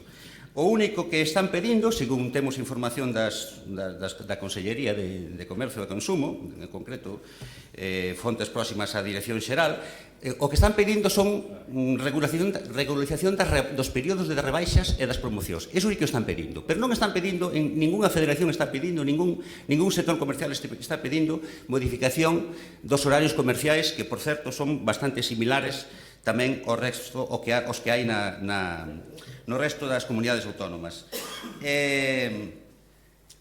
Por outro lado, tamén se pide instar a Xunta de Galicia. O consenso que se fixo no ano 2013 foi para adaptar a norma básica estatal. Entonces, en caso de que houbera que cambiar, en caso de que houbera que instar a alguén, teria que ser o Estado da Nación, o Congreso, o Senado, os poderes do Estado, porque serían os que tuveran competencias no asunto. Prometo nada máis. Pues ahora va a intervenir Juana Geitos, del Partido Socialista, y además presenta unas enmiendas que nos gustaría que nos lo dijera para que así el bloque, también los demás partidos, pues se pronunciaran si van a aceptar las enmiendas o no. Tiene 5 minutos la representante del PSOE. Gracias, señor alcalde, outra vez, gracias a todos. Vamos a ver, señor Armando, ou eu entendílle mal ou que usted o que di é que o comercio local non ten futuro. Non entendi ben. Futuro sempre se ten futuro. Vale? Cando unha persoa ten a necesidade e ten ese afán por traballar, todo ten futuro. Non se pode dicir que nada ten futuro en esta vida. O futuro é a vida. Unha vez máis traese a este salón de plenos unha moción respecto á situación do noso comercio local, donde o Grupo Municipal Socialista compartimos a preocupación dun importante sector como é dos comerciantes, motor económico e turístico da nosa cidade como é Ourense. Dada a inexistente a xestión da Concejalía de Comercio que redunda nunha parálisis operativa derivada do goberno anterior e o desinterés deste novo goberno, señores do Bloque Nacionalista Galego, como ben din na súa exposición de motivos, o noso comercio camiña para o precipicio, porque non pode competir en igualdade de condicións con esos emporios tecnocomerciais e esas grandes superficies. É imprescindible, sobre todo, unha nova planificación para facer máis efectiva a defensa dos nosos comercios, dos nosos comerciantes, con recuperacións dos períodos regulados, sobre todo, por esas rebaixas que as grandes superficies fan continuamente e que os pequenos comerciantes non poden estar ao seu nivel. Dar maior seguridade aos consumidores e preservar a un sector en permanente desconto e pérdida de capacidade económica. Ademais, precisase a regularización de medidas de liberalización da guerra dos horarios comerciais, que só benefician ás grandes empresas de distribución, señor don Armando. Señores do Goberno, temos que empezar a traballar xa, e digo temos, non teñen, polo noso comercio, porque o diñeiro que investimos nas nosas tendas segue circulando, contribuindo á prosperidade económica da nosa contorna. Creo que, señora concejala María Dibuja, creo que vai a ser a concejala de Comercio, se non me equivoco, non ignore o comercio local. Convoque esa mesa de comercio e empece a traballar con eles. Eles necesitan, por moito que diga o seu alcalde ou agora a persoa que está levando esta moción, que o comercio non vai a ter futuro, vai a ter moito futuro, porque temos xente xove que vai a traballar por ese comercio. Eu sei, non? Apoio, señora concejala, delles facilidades, presente unha batería de propostas para cuidar a este patrimonio tan maltratado que é o noso comercio. Mire, nós, o Grupo Municipal Socialista, téndelle a man para poder axudalos. Porque nós, cando estuvimos gobernando, fixemos moito traballo. Sí, señor alcalde, señores do goberno, aquí que están moitas persoas que o saben, nos fixemos traballos cos comerciantes e hubo repercusión. Eu quero dar as gracias aquí ao Partido Popular, cando nos estábamos estábamos gobernando, a todas as asociacións, federacións, a todos eses comercios pequenos que fixemos actuacións nas cales se viron repercutidos non só o comercio, sino en toda a cidade. Nos tuvimos en un día con unha sola, que en ese momento creo que tamén estaba don Jesús Vázquez, en algo que tuvemos que se repercutou moito na cidade, que só en un día tuvimos 3.000 persoas. Entonces, o comercio non morre, o comercio está aí. E teñen que traballar, e teñen que facer batería de xestións para que o comercio este aí. E, por certo, vou a ler aquí que no ano 2017 Sí. o Sí, Partido está Popular... fuera de tiempo, puedo hablar un perdón. ratito más, puedo hablar un ratito, no pasa nada. Gracias, señor alcalde. O Partido Breve. Popular había destacado, comentaron no ano 2017 nun medio de comunicación que di: el Partido Popular ha detallado como la enésima fanfarronería a la propuesta de Democracia Orensana a hacerse cargo de la gestión de la concesión de la Plaza de Abastos de Aponte con el compromiso de tener todos los puestos alquilados en un máximo de 6 meses. Vale, perfecto. Sí. Sí, es totalmente normal que nosotros hagamos que el Partido Popular haya criticado muchas de las propuestas que lo queremos implementar, porque somos partidos distintos. Por eso hemos hecho un pacto y tenemos nosotros que ceder en muchas cosas, como lo de la Plaza de Abastos, que si es por nosotros no lo haríamos, la de la Alameda, y ellos tienen que ceder en otros puntos. Por eso estamos gobernando, porque hemos cedido. Por eso ustedes no gobiernan, porque ese señor Vilariño lo quería todo para él, todo el poder para el Soviet. Él quería ser presidente de la Diputación, el Partido Socialista, presidente de gobernar la Diputación, y el alcalde de Orense. Quería todo para él, por eso se quedó sin nada. Nosotros hemos pactado y hemos cedido. ¿Me entiende? Claro, y nosotros tenemos, por eso nosotros tenemos que hacer cosas que no haríamos si gobernáramos en mayoría absoluta. Por supuesto que tenemos que hacerla. Ha dicho dos cosas interesantes, ahora no voy a entrar. Quiere que ver aquí por alusiones el señor Vilariño va a intervenir. Le daré ahora la alusión, ahora que acabo yo le doy la alusión, sí señor. Que muy interesante porque dijo dos frases interesantes, aunque luego acabaré yo en los turnos, pero dijo dos cosas. Dijo: comercio non morre, está aí. Como que non morre? Claro que está morrendo, leva morrendo moito tempo, está morrendo continuamente. Como que non morre? E segundo, fíjense lo que ha dicho Juana Geitos hace un rato. Está grabado. Dijo algo espectacular. Dice: no se puede competir, es decir, el pequeño comercio no puede competir en igualdad de condiciones con otros segmentos, como es las grandes superficies. Pues es a lo que me refería yo. No solo a las grandes superficies, usted ha dicho la frase mágica: el pequeño comercio no puede competir en igualdad de condiciones, por ejemplo, con la Plaza de Abastos si tienen alquileres prácticamente gratuitos. Lo que he dicho yo siempre, competencia desleal. Usted, si quiere, si usted aboga por la igualdad de condiciones, no puede estar a favor de unas condiciones privilegiadas para la Plaza de Abastos. Usted mismo creo que ha entrado en contradicción. Señor Vilariño, quien me pide un turno por alusiones, y por supuesto que se lo damos, solo faltaría. La audiencia se lo agradecerá. Señor Jácome, porque nego me chamar de alcalde, porque usted non é digno de ser. Me gusta. Eso é así.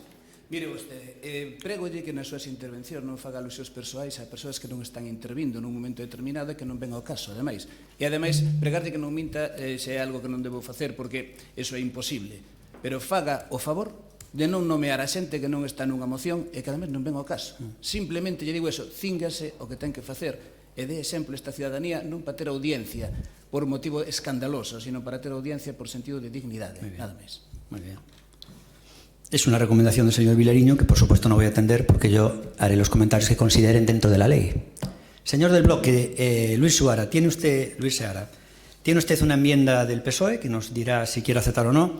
Y al mismo tiempo también si aceptaría también la votación por puntos que le han dicho Armando Gea. Cuando quiera, señor, tiene ahora mismo, se de 4 minutos en el siguiente turno, y cuando quiera. Moi ben. Cando non respetamos nin as persoas que están aquí do sector, xa non respetamos absolutamente nada. Bueno, era previsible por parte do Partido Popular, imagino porque esta será unha cuestión do goberno no seu conxunto, que non se aceptara o noso segundo punto. Eu xa viña preparado para iso. É certo que tiña dúbidas a respecto de si Democracia Orensana iba a aceptar ou non. Vostedes como se erixiron desde hai moito tempo nunha especie de garante da defensa do ourensanismo, non da ourensanía, que é outra cousa. Pois pensaba que podía ser, porque me parece que é unha cuestión que ten ademais un impacto directo sobre a situación do comercio local. En todo caso, para nós esta non é unha cuestión menor e non se pode permitir que a Xunta favoreza as grandes superficies comerciais en detrimento do pequeno comercio. E é certo, pero unha verdade a medias, que decía o señor Armando, efectivamente hai unha legislación estatal, pero hai unha legislación estatal que fai, entre outras cousas, que puideran abrir 90 horas a semana as grandes áreas, 18 máis das que establecía a legislación autonómica, e que, por exemplo, a Xunta de Galiza, o compañeiro do señor Jesús Vázquez, aquí presente, de corpo presente, por certo, o compañeiro Jesús Vázquez non presentaran ningún recurso de inconstitucionalidade. o cal tamén demostra cal é o talante da Xunta de Galiza de replegarse aos intereses do Estado, aínda que eso perxudique claramente ao sector do comercio. Ese é o goberno que temos na Xunta, claro que é o goberno que temos na Xunta. E por eso nos defendemos que se modifique unha lei que é claramente lesiva para os intereses das veciñas e veciños e para os intereses do sector do comercio. E insisto, estamos a falar dun sector estratégico, e non hai que enfrentar aos placeiros co comercio, son absolutamente complementarios e teñen que selo, estratégico, que ademais o único que fan é, como ben se dixo aquí antes, esforzarse por poder abrir e levantar a persiana cada día. Outro día nos estivemos reunidos con representantes do sector e puxeron en riba da mesa propostas que son verdadeiramente interesantes e tamén a súa gran preocupación. Hai moita xente que está ahora mismo nun tris de ver si mañá vai a poder seguir e continuar co seu negocio. E iso é verdadeiramente dramático. Algúnas das propostas que puxeron en riba da mesa teñen que ver ca carencia de transporte metropolitano, a falta dunha mesa de comercio con carácter estable e que teña verdadeira continuidade, porque efectivamente o instrumento haino, pero non se pon en marcha. As campañas promocionais, as campañas do Nadal, o control da venda ilegal, a rebaixa de impostos, moitísimas propostas, pero mire, hai unha proposta que o BNG leva como elemento diferencial ali onde goberna, e eu creo que hoxe ninguén discute que Pontevedra é o paradigma da cidade,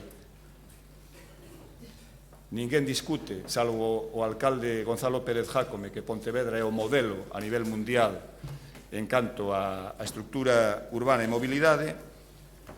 Nos podemos baixar os impostos, pero se a xente non compra, o único que van facer os comerciantes é perder menos diñeiro, porque pagarían menos impostos, pero van a seguir pechando os comercios. Hai que facer procesos de humanización dos espazos de centralidade en toda a cidade, non só no centro, que permitan que a xente poda tamén achegarse e comprar. E iso é un elemento que en Pontevedra está funcionando e que desde logo sería recomendable, porque despois vamos a debatir unha moción a respecto da mobilidade, que se incorporara tamén ao debate aquí en Ourense.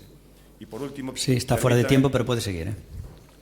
Teñen a potestade de pedir a votación por puntos, nos evidentemente non estamos de acordo, en todo caso, decirlle ao PSOE que as emendas que les integran ou que les propoñen son xa de acordos aprobados no seu día polo Pleno.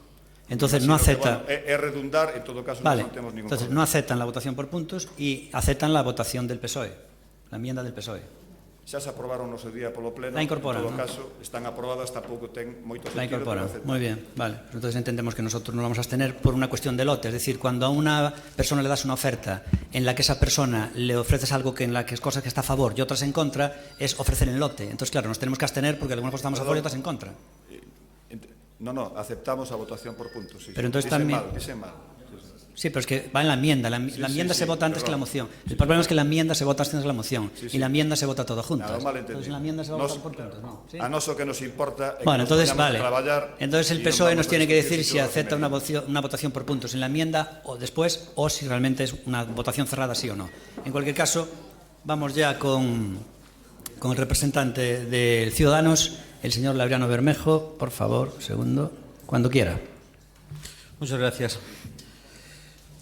Yo creo que casi todos recordamos en uno de los últimos plenos cuando el que hoy es nuestro alcalde gritaba, y digo bien gritaba, me acuerdo que estaba ahí sentado, que el ser humano funciona por intereses personales. Yo creo que él lo sabe mejor que nadie.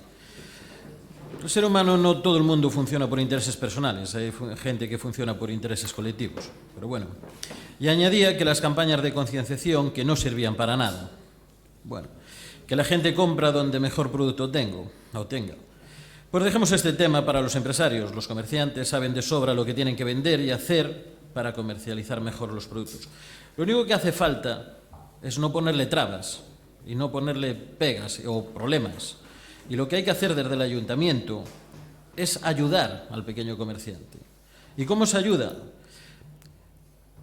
Hace unos meses leí un artículo en un periódico y aparecía una frase que decía: comprar en tiendas de barrio implica mantener vivas las calles.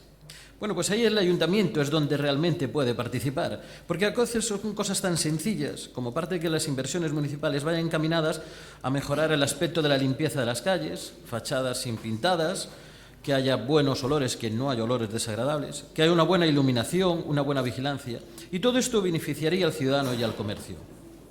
El acceso, y eso implica también la comodidad al hacer las compras, que sean más accesibles, evitar tener determinados edificios ruinosos que dan una imagen penosa de nuestra ciudad y dando facilidades para la rehabilitación de estos edificios. Son, en definitiva, unas cuestiones que significarían un movimiento de masas monetarias en la ciudad que repercutirán en el comercio. Pero si lo que nosotros hacemos desde los ayuntamientos es poner trabas, y a veces trabas tan sencillas como el abono de las ayudas o las subvenciones a las que tienen derecho determinadas federaciones, como la Federación Orensana de Comercio, que las tienen paradas desde la legislatura pasada y que no se le consigue abonar, esos son trabas que se le está poniendo desde la Administración. Eso sí que es lo que realmente dificulta que el pequeño comercio pueda funcionar. Yo creo, y antes el señor alcalde decía que las actividades culturales no favorecen el que haya comercio y el que no favorecen la compraventa. El hecho de que haya actividades culturales implica que muchas veces la gente esté más tiempo en nuestra ciudad. Y a lo que nos interesa a nosotros es que venga gente a la ciudad. Cuanta más gente venga y más tiempo puedan estar, más actividades empresariales podemos aprovechar y la gente podrá utilizar sus recursos económicos para depositarlos aquí en la ciudad. Tan solo me falta añadir un dato, y es con relación a la moción que aparece del Bloque Nacionalista Galego. Son 50 millones de euros y no 500 los que se ahorran en la factura de la luz alrededor de 1 millón de compañías vascas, que la mayoría son pymes, no son pequeños comercios. De hecho, quien se favorece pues es Metro Bilbao, Cervezas Dan y empresas de fundición de metal. Y según los expertos, estas empresas, 800 son vascas, pero 450 son de Cantabria, Navarra, Castilla y León, Andalucía y Asturias, lo que se beneficia de la medida, que por cierto es una medida que fue denunciada por el defensor del pueblo catalán en Bruselas. Yo creo que se les ha colado un cero en el lado que no era. No son 500 millones los que se ahorran, son solo 50. Ni siquiera son 50, son 47 millones. Y no tienen una tarifa especial de luz, sino lo que hicieron fue arreglar, pasar del grupo 6.3 al 6.2, simplemente, nada más. El siguiente turno será para Armando Gea, de Democracia Orensana. Cuando quiera, Armando Gea, cuando quieras. Gracias, señor alcalde. Bueno, vou empezar dicíndolle algunhas cousas á señora portavoz do Partido Socialista, a Geitos. Mire, eu penso que vostede confunde os desexos coa realidade. Sí, o sea, usted pensa que por desexar que o comercio florezca e prospere, etcétera, etcétera, que xa se vai facer realidade. O feito de que eu entenda que o comercio local a medio e largo plazo vai ir desaparecendo non significa que me guste ou me disguste. O sea, iso é o que eu entendo que vai pasar cos datos obxectivos que eu trato de recabar. Pero non pense que esos sexan os meus desexos, O mellor, eu tamén me desearía o contrario, pero...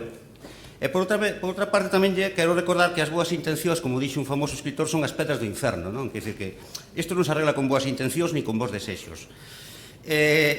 Eu non sei se no futuro esta xente xoven a que facemos referencia a veces nos verán, cando dentro de 30 ou 40 anos lean estas actas, non sei se nos verán como reaccionarios, non? O mellor venos como reaccionarios e dicen, como naquela época xa se veía vir o que se veía vir, ainda estaban turrando, intentando.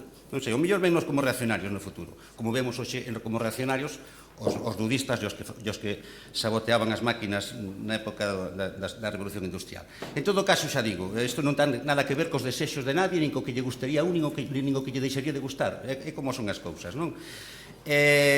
Referido ao señor portavoz do Bloque, vostede fixe unha vez máis referencia á legislación estatal. Nós votaremos en contra do apartado 2, se permiten a votación por puntos, porque entendemos que, primeiro, que a quen habría que instar no seu caso sería precisamente o Estado, porque é a norma a que se tuvo que atender para a modificación desa lei, E segundo, porque en realidade non hai demanda contra o que vostedes se poden ter dito aquí, non hai demanda real por parte dos comerciantes a que se alteren esos horarios. Non hai demanda obxectiva. A demanda que hai, efectivamente, é polo tema de regular as promocións e as rebaixas. Aí sí que hai demanda proactiva, pero no outro non hai ninguna demanda. Entón, non sei se nós queremos ser máis papistas co Papa e pretender de arranxar un problema a alguén que parece ser que non o ten. Parece ser que non ise non é o problema. En cuanto ás enmendas de engádega do Partido Socialista, como son de engádega e presupoñen, polo tanto, as dúas partes que nos propoñen no BNG, pois, lóxicamente, se non admitimos a parte, non podemos admitir o todo, non? Entonces, en todo caso, se votamos por puntos a emenda do BNG, perdón, do PSOE, absteñémonos porque parecenos, pois eso, un pouco boas intencións, bons desexos, etcétera, etcétera. Non estaríamos en contra, en teoría, desa clase de cousas, se tuveran realmente, se estuvéssemos seguros de que eran eficaces, pero dudámoslo moito. En todo caso, a esos puntos en concreto, dada a súa abstracción e a súa generalidade e a súa boa intencionalidade, non íamos votar en contra, pero absteríamos. Entón, repito, votaríamos a favor do punto 1, porque non nos queda, porque é imperativo legal, por decirlo de alguna maneira, quinta que dudemos da eficacia da medida, pero vamos a votar a favor. Segundo, votaremos en contra, primeiro, porque non procedería da segunda parte, instar ao goberno galego, sino ao goberno estatal, e porque non hai demanda real, como decía, contrastada desa clase de petición do control dos horarios. E nada, sencillamente recordar que a xente agora compra por internet, mal que nos guste, compra ao parecer a partir das 10 da noite polo móvil, das 10 das 11 cando xa pasou o traballo do día, o entreteñemento que teñen agora é comprar por internet, e no caso da compra real, pois moitas veces está efectivamente ligada ao entreteñemento e aos viaxes, non? Non sei se aceptaron a votación por puntos. Ahora no lo dirá. No, la moción al final fue. Ahora todo está la pelota en el tejado del PSOE, que tiene que decir si acepta la votación de la enmienda por puntos. Sí, hablas el del señor del bloque, sí. Dígame. Sí, cuando quiera. Está. No, entra, a ver, dale. Sí, no, simplemente unha precisión, non sei se se entendeu ben antes. A emenda que presenta o PSOE corresponde a 2 acordos aprobados por maioría por este pleno. Quero dicir, sería...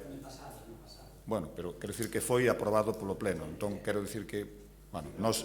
A ver, algo que fue aprobado en el pasado es irrelevante. La pregunta es, ¿usted acepta la enmienda del PSOE, sí o no? Sí, nos aceptamos la enmienda. Joder, es que decir que fue aprobado en el pasado, entonces como fue aprobado en el pasado también va a ser ahora.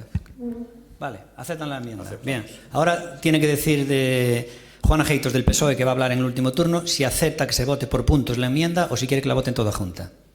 Sí, puede votar por puntos. ¿Se puede votar por puntos? Vale, pues ahora quiere intervenir en el último turno, por favor. Pida la palabra. Gracias, señor alcalde. Mira, don Armando, eu claro que o desexo, pero é que é a realidade. E sabe por que é a realidade? Mire, eu levo 22 anos traballando nun sector no cual todos os días estou falando con comerciantes. Fíxese usted. Fíxese usted. Entonces, claro que é desexo, pero é a realidade. E vou a decir máis. Eu fai uns días estuve falando con unhas persoas que teñen 22 anos e son o referente en España, con 22 anos, que teñen unha empresa que por primeira vez foron a Portugal e viron que ali comprábase a porcelana ao peso. Eles son persoas galegas que están ubicadas en Madrid e son, con 22 anos, un referente para o comercio desta, da nosa, sobre todo, do noso país. A mí que duden das propostas para motivar o comercio, de verdad, señores do goberno, eso non poden decirlle aos comerciantes. Ustedes non poden dudar. Ustedes teñen que ser precisos, contundentes e con man dura. E se o seu socio de goberno non quere facer nada por esta cidade, co comercio, cos placeiros, ca cultura, co turismo, ustedes teñen que estar aí e demostrar, como fixeron no anterior goberno, de que non é así. Porque Ourense é máis cousas que o que está dicindo o señor alcalde. Por certo, algo que sí que eu lle pediría, eu acórdome, doña Flora, que en xaneiro, cando habíamos levado nos unha moción para a dinamización do comercio, sí que eu estaba con vos, porque usted dixo que non había uns presupostos para consolidar, sobre todo, que esos recursos tuveran máis partida económica. Entón, o que lle pediría é que elaboraran uns orzamentos consolidados para o comercio. Tamén decirlle que o comercio, unha das cousas que os comerciantes día a día sí que ven algo que é moi, sobre todo que non lle dan ese oxíxeno, e non sobre todo, sí que tamén as tarifas eléctricas, pero eles, ese oxíxeno que non teñen, é sobre todo saber que teñen que pagar todos os meses unhas rendas bastantes elevadas. Entonces, desde aquí tamén queríamos decir a este goberno que empezara a estudar sobre todo esas rendas, poder falar cos propietarios e manter que non sean unhas rendas tan elevadas. Falar de comercio, falar de vida. Señor alcalde, usted fai uns minutos, unha hora, dixo que estaba de acordo e iba sempre a apoiar ao comercio local. Creo que o dixo, non, señor alcalde? Pero cando nos levamos en enero don Laureano, que ben o dixo, a moción do comercio local, as súas verbas foron estas. É dicir, un plan de dinamización normalmente en campañas todas de dinamización do comercio local non serven para nada. As de concienciación non serven para nada, porque o ser humano funciona por interese. A min, por moito que me digan que teña que comprar no comercio local, se podo mercar en outro sitio máis barato, vou na facer. Eso é o interés humano, eso é as súas verbas, señor alcalde. Señor alcalde, usted podíame decir co que dixo no mes de xaneiro, se o comercio, se usted está de acordo co que dixo... Sí, no, le respondo que estoy de acuerdo totalmente con mis palabras, que por cierto, tienen más repercusión ahora que entonces, cuando estaba presente, que de aquellas era cuando el año anterior, que era año electoral. De aquellas ustedes me hicieron caso omiso en mis palabras y ahora no solo las rescatan ustedes, sino también las rescató el de Ciudadanos. Pero me encantó que usted no las manipuló, y él sí las manipuló, porque usted los dijo literalmente, dijo el ser humano funciona por intereses, y él sin embargo añadió maliciosamente, por intereses personales. Ah, pero que claro, el ser humano, esta es una bueno, obviamente en el mundo hay multigénesis, miles de personas dirán esto, pero el ser humano funciona por intereses, pero ese interés no tiene que ser malo, puede ser efectivamente un interés altruista. Hay gente que su interés es ayudar a todo el mundo. ¿Usted cree que no entiende ese concepto? Los seres humanos nos movemos por intereses. Y si entendemos esa característica del ser humano, entenderemos qué le está pasando al pequeño comercio y entenderemos cuáles son las posibles soluciones. Entonces usted parece que no lo entiende. Fíjese usted hasta qué punto está en la inopia. Acaba de decir en sus últimas palabras, hay que hablar con los comerciantes para que las rentas no sean tan altas. Pero ¿usted en qué mundo vive? Una persona que tenga un local y que lo tenga arrendado hará lo que más le interese a él, no lo que usted le diga. Esa persona tendrá que ver si poniendo la renta muy alta puede tener un inquilino o no. Y si ve que no tiene inquilino dirá, coño, pues lo voy a bajar. Pero lo hará por interés personal, por interés de él, excepto que sea una persona altruista. Pero no porque usted le vaya con el rollo de baje los alquileres. ¿Pero usted en qué mundo vive? Señor alcalde, perdona que no tiene uso de la palabra. No tiene uso de la palabra. No, a ver. Una llamada al orden. Señora Ageitos, una llamada al orden. No, señora Ageitos, una llamada al orden, no tiene uso de la palabra. Una llamada al orden. La siguiente, 2. ¿Vale? Y en una llamada al orden. Bien, ahora no está en el uso de la palabra. Entonces, el ser humano funciona absolutamente por intereses, que pueden ser altruistas o pueden ser egoístas o lo que usted quiera. No entenderse realmente no entender nada. Mire, empezó este debate diciéndome esa persona, y este es un tema que me toca a mí, y por eso voy a hablar de él, en el que yo encontré todo blanco y migrado, no tiene ni idea. Yo empecé a trabajar en una tienda a los 15 años. Fui a mis primeras... ¿A los 15 años? Sí, a los 15 años. ¿Vale? y fui a mis primeras ferias comerciales siendo menor de edad, haciendo compras, menor de edad, ¿vale?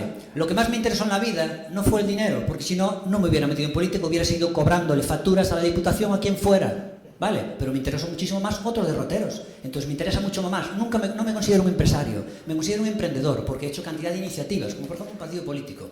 Me interesa muchísimo más. Me interesa muchísimo más el porqué de las cosas que a lo mejor la cosa en sí. Y realmente es un tema que a mí me toca, que lo tengo clarísimo. Mire usted, le voy a decir una cosa. Acaba usted de decir antes el tema de la dinamización. Todas las campañas de dinamización, campañas de marketing se han hecho en las calles con el comercial abierto, en cantidad de ciudades que han hecho todas las mismas, no sirvieron para nada porque el pequeño comercio cae así constantemente. Con lo cual, las campañas de dinamización, las campañas de concienciación, de decir al comercio local, oiga, compre usted en el comercio local, vamos al comercio local, no sirven de nada, no sirven absolutamente de nada. Mire. Los altavoces que usted le compraron en la época del Partido Popular. Mire, segunda llamada al orden, segunda llamada al orden, segunda, ¿vale? Si sigue hablando, tercera. Si sigue hablando, tercera. La siguiente es tercera llamada al orden, ¿vale? Y la tercera llamada al orden, que ahora no tengo que avisar, es expulsión del pleno, ¿vale? Tiene segunda llamada al orden, la tercera es expulsión del pleno. Mire, los altavoces usted acaba de decir, como empresario lo acaba de decir, si a mí me viene al ayuntamiento a comprar unos altavoces, si es legal, por intereses, ¿cómo no voy a vender los altavoces? Lo que me arrepiento es no haber vendido 100 veces más. Ojalá me hubieran comprado 100 veces más, que es lo que tiene que hacer un comerciante competitivo. Entonces, le voy a decir un tema sobre este tema. Mire, la culpa de todo este tema, una de las causas que tienen ustedes, y es actualmente del PSOE, es la legislación europea, que ustedes no se enteran de nada. En Estados Unidos, y en ese sentido el comercio local está capeando más el temporal, es por la legislación de diferencia de la legislación europea y la legislación de Estados Unidos. En Estados Unidos, usted ahora mismo va a Oporto, que es una ciudad de 2 millones de habitantes, que Oporto es la leche, y usted en Oporto no puede comprar una guitarra de la marca Gibson, que es de las más famosas, porque no hay ningún comercio en Oporto que venda marca Gibson. ¿Y por qué no hay en Oporto, con 2 millones de habitantes, que es la leche, venta de guitarra Gibson? Porque la legislación europea prohíbe establecer precios mínimos, porque tienen esa paranoia. Con lo cual, como se vende casi a precio-costo, la música, el mercado de stock es el primero que realmente ha recibido estragos de Internet, tanto la música como el tema de las armerías. Es los que más ha destrozado el tema de Internet. Al no haber precios mínimos se puede vender casi a precio-costo. Al vender a precio-costo no te interesa tener un local, pagar empleados, pagar luz y estar allí esperando que te la clientela, porque estás vendiendo casi a costo. Con lo cual es imposible en Oporto. En Madrid y Barcelona casi solamente hay un sitio 2, pero en Oporto, curiosamente en Orense, porque nosotros vendemos un poquito, bueno, por mayor, pero si no tampoco vendría al de tal, no podríamos vender. Entonces en Oporto, que es ese ejemplo, en Lisboa hay una tienda, pero en Oporto no se puede hacer. En Estados Unidos, sin embargo, sigue habiendo macrotiendas de música. ¿Por qué en Estados Unidos hay macrotiendas enormes de instrumentos musicales y no las hay en Europa? ¿Por qué? ¿Por qué en Europa están desapareciendo todas las tiendas de instrumentos musicales y quien dice se dice otros gremios, y en Europa, y en Estados Unidos se mantienen? Porque en Estados Unidos tienen los precios mínimos. Un fabricante dice, este micrófono de la marca Shure no se puede vender en menos de $99. Y ninguna tienda ni internet lo puede vender en menos de $99. Con lo cual el comerciante dice, coño, tengo un 15% de margen que es seguro, pues montaré la tienda, no la montaré. Y con eso, como tengo ese margen seguro, puedo vivir. Porque si tú en Estados Unidos vas a internet para comprar el Shure SM58 más barato, no lo vas a encontrar. Quien dice el Shure dice otro producto, ¿no? A lo mejor hay ofertas puntuales, no lo vas a encontrar. Con lo cual, no pasa lo que pasa en Europa. En Europa la gente va a la tienda, a los comercios con el móvil. Y después de que el comerciante lo atiende, con todas esas cosas de amabilidad, que hay que ser amable con el pequeño comerciante, al final el cliente dice, mira, me dan lo mismo, como ofreces tú, 30 euros más barato en otro lado. Si me lo pones al mismo precio, te lo compro a ti. Si no, no. Y al final es la dictadura de la marca modelo, que yo lo llevo sufriendo desde hace 20 años. La marca modelo es lo siguiente, si la misma marca y el mismo modelo me lo dan más barato en otro lado, como el ser humano funciona por intereses, lo compra por otro lado. Excepto que el servicio, valor añadido que me des tú, sea muy grande, entonces te lo compra tú. Lo estamos viendo con los coches venden prácticamente al costo y ganan el dinero en el mantenimiento. Pero lo que es la venta del producto del coche es prácticamente al costo. Entonces, en Europa está prohibido hacer precios mínimos, con lo cual, al hacer precios mínimos no se pueden establecer políticas de compra. Es la ley salvaje que solo favorece al grande. Entonces uno grande se come absolutamente todo. Si ustedes quieren cambiar y salvar al comercio pequeño, ustedes del PSOE y del Partido Popular, que tienen representación en Europa, cambien la legislación en Europa para que se puedan establecer precios mínimos, que sí que tienen las grandes cadenas, como Zara. Como Zara ya es todo de ellos, tienen precios mínimos. La camiseta de Zara no se hace competencia con otros centros, es de ellos. Entonces, si las grandes cadenas pueden establecer precios mínimos dentro de ellos, ¿por qué los demás que vendan de forma paralela no van a poder cuando comercializan un producto? Entonces, creo que ese es uno de los grandes fallos que hay, el tema de la legislación. Por otro lado está el tema de que hay un dicho en internet que dice dice, si no puedes competir, no compitas. Estamos en un mundo global. Si esto no lo cambiamos, Amazon dentro de poco venderá más que todo el planeta junto. Podría llegar a ocurrir. Fíjense hasta qué punto el tema es delicado, que el Corte Inglés ha hecho una llamada de auxilio a los grandes almacenes de Europa para que se unan los grandes almacenes de Europa para ver cómo compiten con Amazon. Y usted me está diciendo aquí que a ver qué hacemos en el pequeño comercio local, que de nosotros depende salvarlo. Pero ¿usted en qué mundo vive? Si incluso el Corte Inglés dice que hay que aliarse en el grande de Europa para hacer algo que si no, no hay nada que hacer. Y respecto a usted las propuestas que nos hace, le puedo decir una cosa. En esas propuestas dice cosas realmente absurdas. Me recordó cuando también fue el PSOE y el Bloque que proponían que salvar las galerías comerciales, que es algo que a usted no le compete. Las galerías comerciales son totalmente privadas. Si se hunden, y si no, no. Y usted dice en las galerías comerciales que le llevan a salvar poniendo, por ejemplo, en las galerías centrales temas de electrónica, como allí está Holper. No, le vamos a meter ahí electrónica, y aquella de alimentación, sin tener ni idea. Y querían encargárselo una auditoría, no, perdón, la encargaron y le pagaron una auditoría, que fue la única que ganó el dinero. Y aquí viene con el mismo rollo. Ustedes en el programa electoral, lo habían traído una moción hace tiempo, pero en el programa electoral no dicen nada de esta propuesta que hoy proponen, el punto número 4. Sin embargo, nosotros sí, en nuestro programa electoral decimos, el único modo de salvar al pequeño comercio es siendo competitivo, y le vamos a ayudar. No se salva con campañas de compra en Orense. La gente no compra en Orense, compra donde más le interesa. Normalmente, el 90%. Con lo cual, hay que ser competitivo. Y el Concello de Orense va a ayudar a que el comercio sea más competitivo. ¿Cómo? Primero, hemos bajado los impuestos el año pasado. Por lo menos alivia un poco el 20% del IBI. El IBI, que ustedes están en contra de bajar el IBI. Pues nosotros hemos bajado el IBI un 20%, el Partido Popular y Democracia Sana. Ahora bajaremos el impuesto de vehículos. Eso también será bueno, obviamente, para ayudar a bajar vehículos. Segundo, vamos a agilizar todas las licencias. Eso es fundamental para ayudar al pequeño comercio. La ciudad tiene que estar viva. Me hablaba del tema de Pontevedra, que en Pontevedra ahora hay más comercios. Primero, lo dudo. Segundo, Pontevedra pasó de 68.000 habitantes a 86.000. Desde hace 5 años también ha vuelto a caer. Pero Pontevedra tuvo una enorme subida de población. Hombre, si subes población, también es posible también subir el pequeño comercio, ¿no? Entonces no es que sube el pequeño comercio por las tácticas de Pontevedra, sino porque ha subido población. Con lo cual estamos en contra de lo que usted dice aquí, pues lo vamos a tener, que dice lo siguiente, hacer una plataforma online. Ya hay plataformas online, no valen para nada. El comercio abierto tenía una entre tiendas. No sirve para salvar el pequeño comercio. Porque no sirve con crearla porque sí. Hay que crearla profesionalmente. Y es lo que nosotros llevamos en el programa. Y usted aquí dice el rollo de vamos a redactar un proyecto para la creación de una plataforma de venta online. ¿Pero qué es eso de redactar un proyecto? Nosotros gobernamos ahora, tenemos claro qué hay que hacer, tenemos claro si hay que hacer una plataforma digital o no, que iba anunciado nuestro programa electoral. Y no vamos a hacer, como dice usted aquí, redactar un proyecto ni meternos en más burocracia. No hace falta burocracia, hace falta ser competitivos. Y como dice, y le repito, el principio del marketing, si no puedes competir, no compitas. De esto basta el juego de vender. Un juego que yo aprendí a los 15 años. Y cuando fui a Frankfurt a las primeras ferias comerciales, y yo vi como Frankfurt menguó, era la mayor feria de instrumentos musicales del mundo y una de las mayores de otros gremios, con 2.000, que llegó a tener 3.000 expositores, creo, y ahora menguó. ¿Por qué menguó? ¿Por qué menguó? Porque el mundo va por otro lado. Y ahora está en la guerra de Internet. Si no puedes competir, no compitas. Con lo cual, no tiene la palabra porque supongo que... No, pero una cuestión de orden. Sí, bueno, pues un segundo. No he superado el speech de Agustín del PSOE. Si se refiere al tiempo que estoy hablando, no he superado el speech de 30 minutos de Agustín cuando fue alcalde, si se refiere a eso. No, el PP sí que interviene. El PP intervendrá en las mociones que considere, sí. Pero intervenirán cuando tengan interés. Bueno, ahora no tiene la palabra. Y ahora vamos a producir ahora la votación. ¿Qué? A ver, ¿qué quiere decir el señor Vilariño? Sí, quero dirixirme neste caso, señor secretario, para que me diga si hai algún tipo de límite nas intervencións, neste caso da alcaldía, si pode estar indefinidamente e ter que soportar este ladrillo, ou se hai algunha posibilidade de que isto sexa algo máis racional, nada máis, simplemente eso.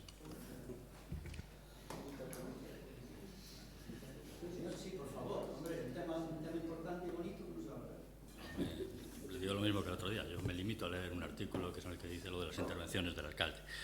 Corresponde a la presidencia del Pleno la dirección de los debates sin que sus intervenciones consuman turno. Es increíble que una persona que se jacta de ser superior a los demás, como el señor Vilariño, no se haya leído el reglamento de este Pleno. Una persona que se jacta de ser universitario, doctor en la universidad, que me llama ignorante constantemente de forma directa, indirecta y con insinuaciones, un engreído absoluto, el señor Vilariño, ni siquiera se leyó el reglamento y le tiene que preguntar al señor secretario algo básico. El señor Vilariño, que fue regidor, alcalde, durante 12 años, es para alucinar. Ese señor. Bien, no tiene ya la palabra, no tiene más la palabra. Por alusións? Bueno, por alusións. Podría non dársela, pero se la doy. Venga. Simplemente, eu sabía perfectamente o que era isto, pero vostede non sabe o que son as indirectas. A ver se fai o favor de respetar un pouco a toda a cidadanía de Ourense, a todo, non digo os aquí presentes, porque o respeto non é a súa insignia, nin tampouco é a dignidade, porque vostede perdeu ao venderse, pero o que se lle digo é que, polo menos, respete un pouco a paciencia da xente e deixe de acaparar tempo e tempo, porque non lle conduce a nada máis que a facer o ridículo máis absoluto. Que usted, no es por nada, pero me pida la palabra para darme un consejo, hombre, por favor, ahorrese el consejo. Yo haré con el tiempo lo que considere y como me permite la ley, señor Vilariño. Y realmente nosotros no nos vendimos. Recuerdo que usted estaba haciendo una oferta, señor Vilariño, en la que usted, el pacto que discute, lo hubiera aceptado usted. O sea que realmente el problema es que usted no quiso igualar la oferta. Nada más, nos vamos ya a la intervención y vamos a votar por puntos. Entonces, vamos a votar por puntos de la enmienda. ¿Votos a favor de la enmienda en el primer punto? Muy bien, queda aprobado el primer punto. ¿Votos a favor del segundo punto? Vale. ¿Votos en contra? ¿Abstención? Tercer punto. ¿Votos a favor del tercer punto? ¿Votos en contra? ¿Abstención? Y en el cuarto punto, ¿votos en favor del cuarto punto? ¿Votos en contra? Y abstención.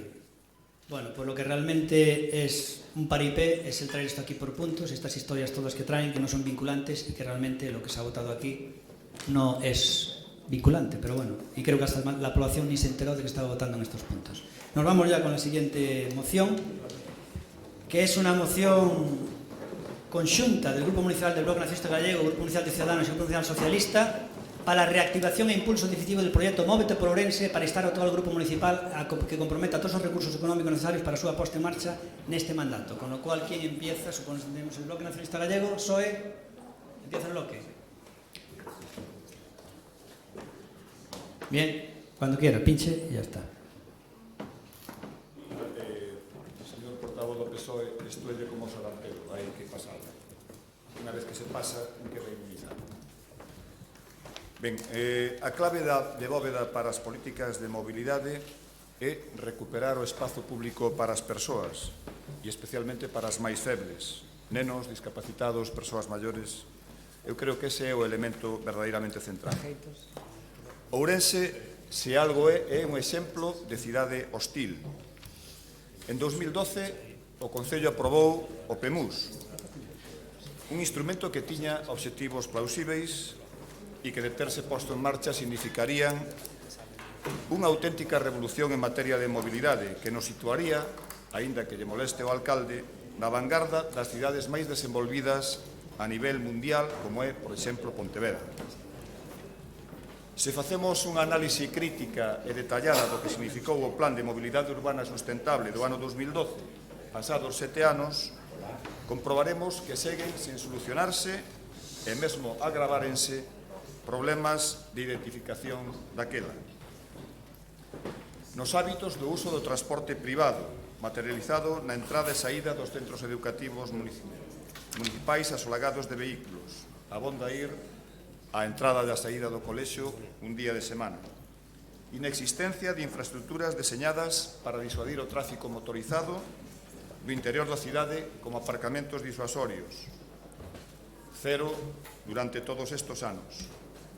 Deficiencias nas posibilidades aprobadas dentro do transporte público mantendo frecuencias e itinerarios hai décadas por unha cidade que xa non existe. A maior abastanza, unha concesión de transporte público caducada e en precario desde hai máis de 4 anos. Inexistencia de modelos alternativos de mobilidade tanto para o interior do núcleo urbano como para a súa conexión metropolitana. Parece, polo que dixo outro día o señor Caride na Xunta de Área, que están valorando desbotar o transporte metropolitano e apostar por convenios cos concellos limítrofes. A marxe das necesarias accións que se deberían acometer con urxencia, como un plan de choque frente aos atropellos na cidade con peores datos de toda Galiza, é preciso a implementación de accións estratégicas encamiñadas a mudar o paradigma vixente. Conscientes dese carácter estratégico e da importancia dunha política de mobilidade, é polo que se iniciou no ano 2017 o proceso de participación que deu en denominarse Móvete por Ourense, do que se desmarcou no seu día Democracia Ourensana. Un proxecto esperanzador e de longo prazo que pretendía incidir nese necesario cambio de paradigma social. E como todos os instrumentos son imperfectos e este tamén, desde o noso punto de vista, contén eivas que convén subsanar, mas aínda así parécenos un instrumento imprescindible para avanzar. Pero dá igual que os instrumentos sexan válidos ou non, se non existe compromiso político e orzamentario de implementar propostas das que ali se presentaron. É dicir, se non hai os recursos orzamentarios suficientes e limitamos a autonomía e o instrumentalizamos. É enormemente importante que todos os grupos actuemos nesta materia sen fisuras, a través dunha aposta firme e decidida por políticas de mobilidade estructurais e de longo percorrido. É necesario chegarmos a un compromiso entre todas e todos para definir as dinámicas de mobilidade futuras. Agardo que nesta cuestión todos sexamos receptivos. Moitas grazas. Moitas gracias, señor Seara. Tengo turno de palabra por parte de Ciudadanos, Pepe Araujo. Moitas gracias.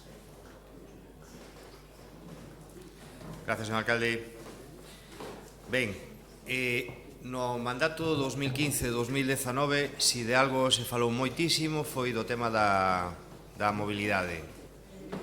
No seu momento... Perdón, Pepe. Delle. Perdón. Aí. Non vai isto.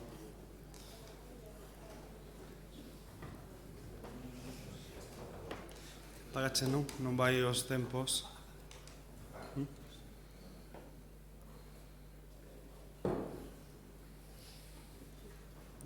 Non vai. Non vai aquí o tempo agora. Sí. No. Sí, por favor. Ve un tiño informático.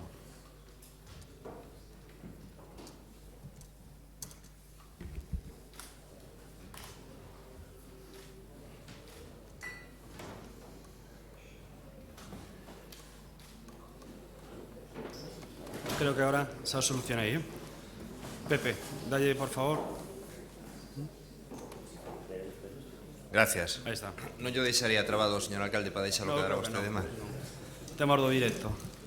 Bueno, nada, gracias, unha broma. Ben, que lles decía que no pasado mandato, si de algo se falou moitísimo foi do tema da mobilidade. É verdade, como decía o señor Seara, que si existía un documento, un plan de mobilidade, pero daquelas percibimos que aquel documento foi máis elaborado por unha empresa, porque a normativa exixía aos concellos facer ese documento, pero de algún xeito non era especialmente sensible coa cidade. O certo é que a corporación pasada tivo moita intención de participar en materia de mobilidade. Hoxe estamos os que estamos aquí, pero houve outros concelleiros, por exemplo, do Ourense en Común, o señor Martiño, que estivo permanentemente pendiente do tema da mobilidade, o señor Barquero, como portavoz, tamén tivo esa sensibilidade, os grupos en general tuveron a sensibilidade de poñerse en marcha a traballar en materia de cambio da mobilidade da cidade. Fixemos varios experimentos, se pode decir, que foi entre eles o de convocar a mesa da mobilidade na que se implicaron un montón de axentes sociales, e tivemos varias reunións. Pero no seu momento detectamos, aí o señor Rey, que hoxe está connosco tamén, participou activamente en esta cuestión, detectamos que a mesa da mobilidade non era do todo operativa, era máis ben un foro para falar, pero que non se avanzaba en esa cuestión, e un bon día un equipo técnico plantexounos unha cuestión que nos pareceu interesantísima, que foi o que logo se denominou Móvete por Ourense. Ese equipo técnico, donde se fusionaron varias persoas que traballan en diferentes áreas da arquitectura, pero tamén en outras áreas, fixeron un traballo maravilloso, nos lo plantexaron, e eu mesmo, que naquel momento me tocou lideralo, pois falando cos portavoces de todos os grupos políticos, decidimos darlle unha oportunidade a ese proxecto e avanzamos nun proceso participativo do que temos que estar toda a cidade orgullosos, porque, sin querelo, convertímonos nunha referencia a nivel do Estado, porque un proceso participativo é moi complicado. Quer dicir, darlle participación a máis de 10.000 persoas nunha cuestión tan sensible é algo dificilísimo, non? Así que vaya por diante o agradecemento a todos os que participaron en esta cuestión. Naquel momento participaron todos os partidos políticos, incluídos aqueles que non tiñan presencia a nivel municipal, como por exemplo, pois está aquí o Bloque Nacionalista Galego outra vez na corporación, e dai saíron temas do máis interesantes. O proxecto final de Móvete por Ourense, digamos que é como unha especie de garantía para que calquera goberno, neste caso tocalle a Democracia Orensana e ao Partido Popular, poda avanzar en cuestións de mobilidade na cidade en temas que son complicados, non? Vou poñer só un exemplo, que a mí me tocou vivilo persoalmente, pero son todos infinitos, porque estamos falando de cambiar a forma de desplazarnos por a cidade, nunha cidade que fundamentalmente está pensada máis para o vehículo que para o peatón. Neste momento, a pesar de que nos últimos anos se diron moitos avances en materia de peatonalización, sempre se pon o exemplo de Pontevedra, e eu sempre digo que se collemos o casco histórico de Ourense ou poñemos encima do mapa do casco histórico de Pontevedra, o mellor a peatonalización por aí anda. É dicir, e nos últimos anos en Ourense, cando se foron peatonalizando rúas, houve rúas moi polémicas para peatonalizar, e houve exemplos de persoas que incluso saliron á rúa a protestar, incluso houve quen picou pedra para que non se peatonalizara algunha rúa, e hoxe sería impensable a rúa do Paseo, por exemplo, que non fora peonil, non? A verdade é que é un tema que me encantou. Tanto este como o tema da reciclaxe, e o vivín con moita intensidade porque me parece algo que pode marcar unha diferencia na política con respecto aos anos pasados, non? En ese sentido, se tú circulas como peatón por a cidade, estás condicionado ao ritmo que van marcando os vehículos. Por exemplo, estes días que procuro ir andando, por exemplo, se veño da Ponte e veño cara aquí, como viñen esta mañá a Praza Maior camiñando, pasear por a Ponte Romana é un placer, recordemos a súa peatonalización no seu momento, pero logo chegas a intersección con onde está o pabellón dos Remedios e xa estás condicionado aos vehículos, non? Tú eres o que ten que esperar para que os vehículos circulen. Camiñas pola Rúa Progreso e logo sigues tendo unha serie de semáforos que están pensados para que haxe un tráfico fluido, non? Por lo tanto, tens que estar permanentemente esperando e non te invita... Perdón, que me pasei de tempo. Nada, a seguinte intervención. Moitas gracias. Ten agora o turno o portavoz de Democracia Orensana, neste caso, Miguel Caride. Non. Sí, pero falando co señor secretario, o turno é así, non hai maior inconvinte. Vale. Sí, delle, por favor. Xa está. Bos días. Vale. Listo. Bos días a todos, a todas e a todos. Ben, de momento, só escoitei as intervencións do BNG e de Ciudadanos. Debo recoñecer que o primeiro que escoitei eu foi a rolda de prensa conxunta dos tres propoñentes da moción, e gustoume o tono, a parte de alguna crítica velada hacia a posición de Democracia Orensana, gustoume o tono porque eu, posiblemente, seguramente co señor Araújo, porque eso sí yo teño que reconocer, dos 27 que estamos aquí, sexamos os que máis vontade e máis, digamos, tolos estamos, posiblemente o señor Seara tamén, por poñer en marcha as 21 medidas, as 21 accións do Plan Móvete e por transformar e convertir esta cidade no que ten que ser, unha cidade feita para o peatón. Como isto require de unha decisión política, require de apoio político, e na medida en que todos os grupos desta corporación apoian esas accións, é a única forma de que levemos a cabo, con independencia de quen o pilote. Neste caso, o pilota ou tocounos estar a nós, mañá poden ser outros. Por eso, pregolle que non volvan a facer mocións na cual se verten certas cuestións, como dicir que o que pretendo facer é unha hipocresía, aludindo a un pasado no que se manifestaron certas cuestións que en ese caso estaban referidas ao que era a mesa da mobilidade, ao funcionamento práctico ou a capitalización política que se quería facer dese tema. Xa non quero entrar neso. Aquí hai que mirar para o futuro e temos que ter un consenso para transformar verdadeiramente esta cidade e non falar, como se fala na moción, de que se único que pretendemos é ter unha foto.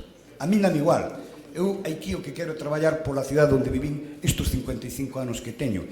Se nos toca a nós pilotalo, estupendamente. E mañá que completen este proceso longo, complexo e difícil, que seguramente non vai ser posible completar nun sollo mandato. En calqueira caso, gustou o tono da roda de prensa, non me gusta o tono desto. E además somos moi conscientes de que frente a apoio político temos que ter apoio social. Por lo tanto, aquí sí que non cabe duda en que hai que poñer en marcha. Hai que poñer en marcha e constituíla, porque de momento non está constituída a Comisión de Seguimiento do Plan Móvete por Ourense. De momento, hai que facer unha primeira convocatoria. Eu anunciei en prensa, levo todo o verano falando de mobilidade, falando dos proxectos. E, ademais, as garantías é que a primeira medida política que fixen eu personalmente foi encargar a primeira das accións que se contempla no Plan Móvete, que é a adaptación do PEMUS, do Plan de Mobilidade Urbana Sostible, encargándose, que vostedes mesmos dícenos na mesma moción. Ustedes dicen que eu anunciei que se encargou a adaptación do PEMUS. Fíxose. A partir de aquí temos un proxecto largo e tendido. E se queremos realmente transformar Ourense, temos que ir todos da mesma man. Hai moitas máis cousas que facer. Falábase no tema do comercio de cuestións como o transporte. Levo todo o verano reuníndome cos alcaldes dos municipios da área metropolitana do entorno de Ourense para tratar de chegar a acordos puntuales para desarrollar un sistema de transporte, unha extensión de liñas do transporte municipal hasta os municipios colindantes. Temos que abordar tamén que para poñer isto en marcha temos que dotar de estrutura orgánico, xurídica e administrativa ao Concello de Ourense. A mobilidade é un concepto, pero non é un área definida técnicamente no Concello de Ourense. Por non hai ninguna xefatura de transportes. Entón, temos que facer unha estrutura orgánica para poder poñer isto en marcha. Temos que integrar distintos aspectos nos que temos que traballar, non só falar de mobilidade en xeral, sino que descender ao concreto. Temos que falar de os problemas de ocupación da vía pública, temos que falar de accesibilidade universal, temos que falar de enxeñería e de reforma de estruturas das vías públicas, conveniar ca Xunta de Galicia para a cesión das vías que son titularidade da Administración Autonómica para que nos podamos optar a facer o diseño da nosa cidade. Isto é un modelo de cidade e isto convido desde aquí a que o fagamos todos en conxunto. E xa sei que hai moitas discrepancias políticas que cada cual quera aproveitar para facer política, pero seguramente neste tema é onde máis temos que ter unidade. E, insisto, outra vez, entendo que o tono da roda de prensa, o tono das intervencións do señor Luís Seara, que concordo plena e absolutamente no diagnose que acaba de facer vostede da cidade. O tono do señor Araújo, hasta agora son os que escoitei, espero que o tono do que interveña por Partido Socialista sea no mesmo sentido e non lle demos a volta a tortilla e empezamos a discutir que pasou no pasado o que vamos a facer. Vamos a mirar para o futuro, porque no pasado, se alguén lle enseñou a ciudadanía o que era o Plan Móvete, foi Aurea Televisión e un mesmo a través dun programa de televisión que se estuvo, non sei, dice o señor Villaino e se ríen, pero resulta que o día, bueno, seguimos na segunda intervención. Moitas gracias, señor Caride. Tengo o turno por parte do Grupo Socialista, Wilson. Delle, por favor.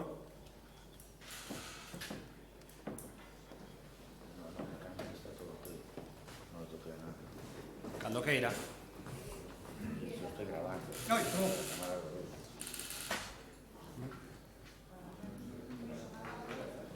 Volver, Grazas, teniente alcalde. Bo día de novo a todos. Por un lado, señor Caride, a mí gustame que se fale en tono positivo.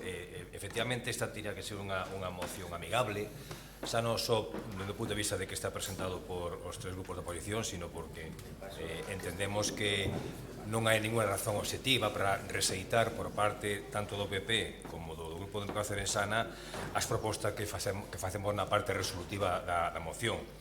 Pero claro, vostede di unha cousa que despois di outra cousa, di que non podemos tirar a vista atrás, fale co seu alcalde entón, porque cada 2 por 3 está falando do que se fixo, do que se deixou de facer, está sempre buscando nas redes sociais o que alguén dixo ou fixo xa non o ano pasado, sino 5 anos, pero xa non hai non pasou tanto tempo dende que vostedes ergueron da mesa de mobilidade un ano e pico, e non só eso, sino tamén lanzaron diatribas como que aquilo era unha pantomima, que aquilo era simplemente un xeito de adxudicar a dedo un contrato e que era, de novo, outra tomadura de pelo. Vale, facemos tabla rasa, bueno, pero entón vostede non se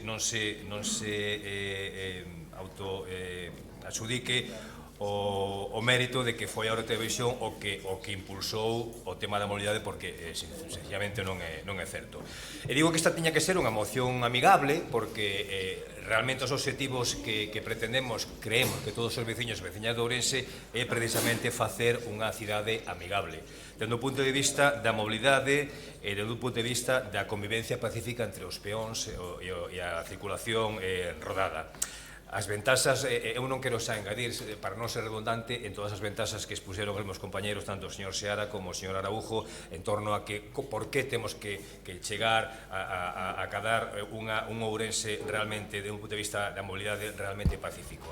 E por eso entendemos que as dúas propostas que levamos na moción ten que ser aceptadas, e temos que sí ou sí, porque por unha banda o que pedimos é que se convoque xa a Comisión de Seguimento, e por certo é a segunda medida das 21 medidas do plan integral que se elaborou con tanta rigorosidade por parte de Móvete por Ourense, e vostede hoxe mesmo salía na prensa que frente ao decía o periodista, preguntaba o periodista, que frente ás críticas da oposición, que en torno a non convocatoria da Comisión de Seguimento, que vostede ia facelo xa. Bueno, pois vale, ben, de acordo, e por eso eu digo que esta moción teria que ser de todo punto amigable, non? E tamén, no segundo punto, o que queremos é, xa dun punto de vista político, que haxa un compromiso real a través dos orzamentos para que se podan desenvolver as sucesivas accións que esa mesma Comisión de Seguimento ten que, por decirlo de un xeito, fiscalizar, non? Porque aí sí que está a vontade política, reunirnos e poñer enriba da mesa os cartos para poder desenvolver esas accións.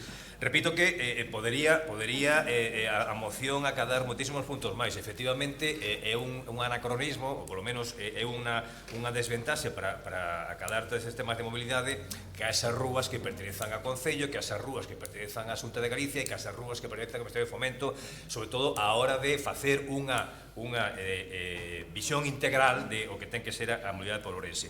E o que non queremos, remotas a miña intervención, a miña primeira intervención, son actuaciones ailladas, porque, por exemplo, hai poucos días saía a prensa que o alcalde anunciara que a próxima medida vai ser facer peonil a Rúa Concordia. E o mesmo xeito dicía, claro, eso vai colapsar a Rúa Progreso. Bueno, pois non podemos estar facendo estas cosas ailladas. Ten que ser unha actuación integral, pero eso non o anunciamos nós. Eso foi o alcalde que dixo, vamos a facer peonil a Rúa Concordia, claro, ten unha desventaxa, vamos a colapsar a Rúa Progreso. Bueno, pois eso non pode ser, como que tampouco pode ser a última actuación aillada que se puso de manifesto no último mandato, poder unhas simples maceteiras nunha rúa Cadal Quevedo para, digamos, desvincular ou desmotivar o tráfico rodado, cando realmente calquera que pase por esa rúa pois se dase de conta de que non é realmente un peonil ni de tráfico restringido. Por tanto, nós apelamos á responsabilidade tanto do PP como do Democracia Nesara para que voten a favor desta moción, porque entendemos que o objetivo final, efectivamente, ten que ser común para todos. Nada máis, grazas. Moitas gracias, Wilson. Ten turno de segunda intervención por parte do Bloque Nacionalista Galego, Luís Seara. Moitas grazas. Din que as comparacións son odiosas, señor Araujo. Comparar o proceso de peonalización de Ourense co de Pontevedra, a verdade é que hai que facer un exercicio de funambulismo importante para poder chegar a algún tipo de conclusión. Primeiro porque o que se fixo en Pontevedra foi un proceso integral de humanización da cidade. E iso ten moito máis que ver tamén con procesos de democratización dos espazos públicos. É dicir, que os espazos públicos sexan para as persoas e non para os vehículos. Ese é un elemento que ten unha capital importancia e por eso non se poden tomar medidas illadas que ao final o que acaben provocando son disparates e en función da primeira ocurrencia que teñamos facemos unha cousa ou a contraria, penalizamos unha rúa xerando unha enorme presión na rúa do lado. Bueno, hai que ter unha visión integral de cidade e eu me parece que este goberno non a ten. Aínda así, eu creo que aí hai un instrumento que eu creo que é enormemente importante. Eu doulle moitísimo valor á participación veciñal, porque nós creemos na participación, e o Móvete por Ourense foi un espazo de participación. Nós mesmos, desde fora do Concello, puidemos participar, porque creíamos que tiñamos cousas que aportar. Hai conclusións moi importantes, pero, insisto, se non hai un modelo integral e unha visión integral de cidade, ao final o que podemos é colocar pezas nun puzzle que non acaba de encaixar. Eu creo que temos todos claro que hai un primeiro elemento importante para pornos a traballar. A partir de aí hai moitísimo traballo que facer. Desde logo, por parte do Bloque Nacionalista Galego, vamos a traballar cun espírito constructivo porque creemos necesario construir un Ourense mellor e esa vai a ser, desde logo, a nosa intención. Nos, desde logo, como non podía ser de outra maneira, respaldamos absolutamente esta proposta. Moitas gracias, Luis. Ten un turno de intervención por parte do Grupo Ciudadanos, Pepe Araujo. Gracias. Ben, eu o de comparar con Pontevedra, que ten razón na exposición que fai o portavoz do BNG, simplemente decía por o tamaño da peatonalización de rúas. Ao final, Pontevedra ten unha configuración diferente a de Ourense para todo. É dicir, Pontevedra, por exemplo, entre outras cuestións, non ten transporte público. Por exemplo, non teñen solucionado o transporte público. As xentes ten que desplazar en taxi como os señores do goberno municipal, porque non hai transporte público. Eu si lle agradezco o tono a vostede. Vostede é un crack, un verso solto aquí en todo este proceso, porque claro, eu sei que vostede estudiou o proxecto, que o sabe de memoria e que estuvo durante uns meses falando del, pero claro, vostede non estaba aquí, pero sabía o que pasaba. Eso non nos engañe, que vostede sabe perfectamente con quen se xoga os cuartos. Descoñezo por que está. Eso sí que é unha cousa que me chama poderosísimamente a atención, que faga vostede ese papel de camuflar ao emperador, non? Que é como... Que, por certo, onde está? Foi ao Coliseum a facer un espectáculo, desaparece... Bueno, en todo caso, así estamos máis tranquilos e se resume máis o pleno. O que lles decía é que como instrumento é maravilloso e terá o noso respaldo. Ahora está a Semana Europea da Mobilidade, conte connosco para o que precise, e a cidade ten que mudar desde o punto de vista da mobilidade. Todos debemos aportar o noso grau de area. Eu intento facelo, me vou a lanzar en breve ao de desplazarme en bicicleta. Teño que decir que a cidade nese sentido este é amable coas persoas que se desplazan en bicicleta. Podemos facer unha cidade máis saludable. Outro día atopeime a un señor cego que vive na Ponte e que me decía que el tiña limitado as saídas da rúa a determinadas horas porque os semáforos apagaban ese sonido pronto e entonces non podía sair da súa casa solo, tiña que buscar con quen sair. Hai moitos problemas de accesibilidade que non se solucionan así dun plumazo. E non só peatonalizar, hai moitos outros problemas, non? E necesitamos unha cidade con unha calidade de aire mellor, respirar mellor para vivir máis sanos e máis saludables. O proceso ten unha parte positiva. Mentre estuvo don Manuel, que estivo no proceso, fixo o seu traballo. Despois houve un día que o seu jefe, o emperador, decidiu que se iban do proceso porque era unha pantomima, pero hasta ese entonces Democracia Ensana tamén participou, que dicir, non estivo solo. En todo caso, o documento é maravilloso e poden adoptar unha serie de medidas sin ter a oposición enfrente, porque lle estamos dicindo fágano, que os vamos a respaldar e cambiamos o modelo de cidade. Eu, por lo menos, me sinto especialmente orgulloso de que puderamos presentar esta moción en conxunto á oposición. Gustoulles, non só a vostede, a moitos veciños, a mí se me acercaron para dicirme que era o que tiñamos que facer propostas en positivo, mo dixo un montón de xente, supoño que os compañeiros do PSOE e do BNG tamén o dirían, así que, se estamos todos de acordo, adiante.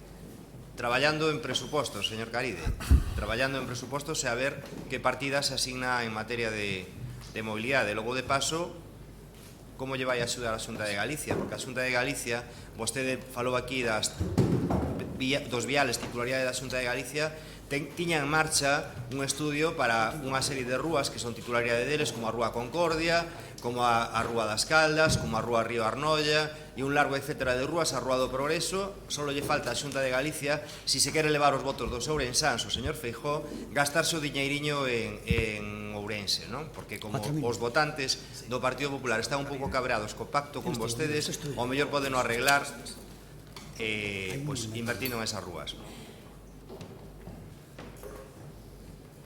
Sí, señor Caride, cuando quiera. Moitas gracias. Bueno, non hai máis cera que a que arde. Estamos de acordo no fondo, estamos de acordo na forma. Iso que importa. En fin, señor Luxiara, bueno, creo que saliu. Temos un modelo de cidade. Como que non temos un modelo de cidade? Temos unha base documental. Temos unha obriga legal, porque a lei de economía sostible oblíganos a facer un plan de mobilidade urbana sostible con participación cidadán. Estános marcando a lei o que temos que facer. E todos temos unha voluntade de traballar por unha millora na calidad da vida da cidade a través da mobilidade. Por suposto que nos presupostos, xa lle dixen na miña anterior intervención que necesitamos facer unha estrutura administrativa para poñer isto en marcha. Temos que facer inversión pública para adaptar a cidade, establecimento de plataformas únicas, temos que abordar distintos tipos de inversións en infraestructuras que permitan precisamente a accesibilidade universal, e iso, evidentemente, vale diñeiro, e ese diñeiro, evidentemente, o contemplo nos presupostos. É o que lle quero dicir, e non o digo dende un punto de vista de crítica política, ni, por suposto, por Dios, de carácter despectivo, que polo que este concelleiro e este goberno respecta, esta moción era innecesaria, porque xa está en marcha, e cando chegamos ao momento desta moción, xa están moitísimas cousas avanzadas. En breve, recibirán o borrador do reglamento do transporte urbano de viaxeiros de Ourense, que xa está feito, está para os servicios jurídicos, para os informes previos. Dicir, a primeira medida, a primeira acción do Plan Móvete, que ademais é un imperativo legal, señor Araújo, vostede o sabe que eu estou ocupando o despacho que vostede ocupou hasta o 29 de abril, creo que foi, non sei se recordo cando foi, perdón, o de febreiro, de febreiro, non? Non, de xaneiro, 29 de febreiro, salvo que fora bisiesto. Como sabe vostede, esa medida non só a temos que implementar como consecuencia do Móvete por Ourense, sino tamén como obriga da lei de economía sostible. Entre outras cousas, non poderemos acceder a axudas ou subvencións en materia de transporte se non temos ese plan implementado. Esa foi das primeiras medidas que chegamos. Por iso eu digo que non quero entrar en polémica sobre o texto da redacción da moción, simplemente, e señor Wilson, evidentemente, claro que vamos a votar que sí, porque é que nós o que estamos xa facendo, o punto no que estamos máis alá. Eu levo falando, insisto, todo verao de presa. Fai pouco o señor alcalde recibiu as redactoras do Plan Móvete por Ourense no seu despacho comigo. Estuvimos sentados traballando para poñernos a traballar neste tema ou como estruturar ou como organizar ese tema. Necesítase equipo, porque son unha serie de medidas, un traballo certamente complexo. Necesítase decisión política, porque hai que tomar medidas que o mellor a ciudadanía nun primeiro momento non lle gusta. Necesítase apoio político.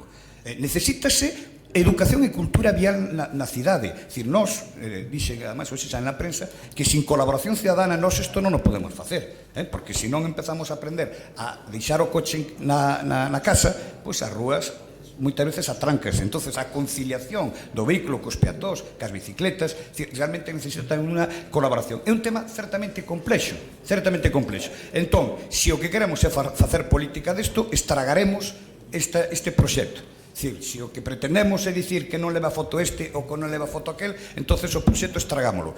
Que pasou no pasado? Bueno, no pasado pasou precisamente eso, que hubo quen quixo capitalizar a Mesa da Mobilidade, que é unha cousa, e como ben explicou o señor Araujo, a Mesa da Mobilidade foi unha cousa, non funcionou, el sabe porque non funcionou, entón a parte de aí empezou o Móvete, que é outra cousa distinta. E da mesa aquela non só se marchou Democracia Sana, marcháronse outras asociacións ciudadanas por motivos de capitalización política. Vaya terminando. Termino, señor alcalde. Insisto, isto non é unha cuestión de capitalización política, isto é unha cuestión de capitalizar os intereses da ciudadanía e tratar de unha vez por todas de conseguir ese Ourense que creo que todos merecemos. Pues vamos ya con, entendemos, la última intervención del señor Wilson Jones, cuando quiera. Grazas, alcalde. A verdade é que levamos 3 horas de pleno e a última media hora é unha maravilla como tono medal. Non sei se terá que ver co contido da propia moción. Ben, se estamos todos de acordo, pues, a traballar arreo dende un punto de vista político, dende un punto de vista técnico e, lóxicamente, convocándose a comisión de seguimento. Claro que o traballo é arduo, pero para eso estamos e por eso pedimos aos membros da oposición que por parte do Goberno se adoiten todas as medidas que teñan que ser necesarias para levar a cabo este proxecto de cidade. E se vostede, xa remato porque todo está dito nesta moción, se vostede está tan convencido, simplemente ten que pidolle un traballo máis que convenza o seu xefe de que realmente tamén estea convencido deste proxecto que entendemos que bo para toda a cidade. Por lo demais, nada máis, e apelamos ao voto afirmativo de todos os grupos do Pleno. Nada máis.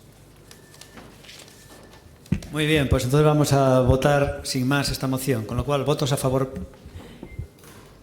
por unanimidad, con lo cual ya no decimos ni votos en contra ni abstención. Nos vamos ya con la siguiente moción, que es el punto 5.5, que es una moción del Grupo Municipal do Bloque Nacionalista Galego a prol da participación veciñal. Entendo que vai falar Reza, señora Reza. Ve, adiviné. E son aquí 5 minutos, con lo cual cuando quiera. Bo día a todas e moitas grazas. Antes de nada, parabenizar a Juana Geitos polo seu esforzo por empregar o idioma galego. É verdade que o importante é o esforzo e deixar de ter eses prexuizos, porque non quero falalo porque o falo mal. Hai moita xente que fala mal español e sigue falando, non ten ese tipo de prexuizos, porque si se teñen eses prexuizos co idioma galego e non se teñen co español. E gustaríanos tamén que o Concelleiro de Cultura na súa próxima comparecencia pública pois que utilizara tamén o idioma galego. Somos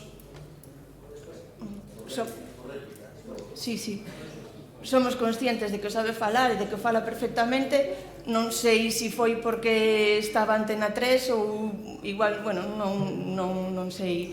E non é que o diga o BNG, vale, simplemente cumplir coa legislación e coa normativa autonómica nese tema, e é simplemente escoitar o que di a Comisión Europea, escoitar o que di a Carta Europea das Linguas Minoritarias. Entonces non é que sea unha cuestión nosa, que tamén o é. Despois, que non sei se vai falar el ou... Vale. Usted acabe e despois por alusiones entra o señor Mario. Moi ben. Xa falando desta moción, pois queremos decir que como cambiou o conto, non? Porque en xullo de 2017 o Grupo de Democracia Ourensana decía que non recoñecía a legitimidade democrática das asociacións de veciños, que estaban todas politizadas e que non representaban a da cidadanía, sino que representaban os de sempre, e decidía votar en contra da participación veciñal nas xuntas de área. E alegrámonos moito, benvidos sexan, de que mudaran de opinión. E digo de que nos alegramos de que mudaran de opinión porque, grazas á sensatez dunha parte do grupo do Goberno Municipal, supoño que mudarían de opinión por eso, e vemos como a Concelleira de Participación Cidadá, dona Flora Moure, respondeu ao escrito que presentaron as asociacións de veciños pedindo participar nas xuntas de área, e nos con eso dámonos, por satisfeitos, polo que imos pedir a retirada da moción, porque o sentido que tiña a moción era para que puideran participar as asociacións de veciños na xunta de área. E, pola miña parte, pola nosa parte, pola parte do BNG, era eso que tiñamos que decir. É que a nosa moción foi presentada o 30 de agosto, a carta que lle remitiu foi do 4 de setembro. Entonces, por eso. E a moción foi presentada por unha polémica que houve dentro dunha xunta de área. Bueno, non sei se queréis seguir con el debate, vamos a votar la retirada. Sí. Retiren los proponentes. Quiere intervenir, vale. Pues en primero va a hablar por alusiones el señor Mario, y este es un aviso para navegantes. Todo el que pida la palabra por alusión seguramente se la demos, así que no tengan reparo en pedirla. A ver, Eu falo en galego. A miña lingua é galega, pero sou unha persoa moi respetuosa. Moi respetuosa. Dixo Valle Inclán que a lingua era para unir as persoas e os povos, non para poñer muros. Eu dou clases e aos meus alumnos lle pregunto sempre en que queredes que vos fale, e máis respeto sempre o idioma co que se dirixen a min. Eu levo 25 anos dando cursos de formación no CEFORE, moitos conocerán no Centro de Formación de Recursos, e cando empezo un curso pregunto en que idioma, en que lingua vos vai mellor que falemos, porque son unha persoa respetuosa e a lingua creouse para crear lazos entre os povos e as persoas, para entendernos. E como respetuoso que son, simplemente respeto a lingua da persoa que se dirixe a mí, nada máis. En ese momento, dirixirnos a min, estaban nunha rolda de prensa, dirixirnos a min en castelán, e falei en castelán. Pero a miña lingua é galega, e, repito, a lingua se creou para unir povos. Eso dicía Valle Inclán, e para unir as persoas, nada máis. Muchas gracias, Mario. Pues entendemos que Ciudadanos deja pasar el turno y que pasa el siguiente turno, sería del Partido Popular. Flora Moure, ¿no? Muy bien, cuando quieras.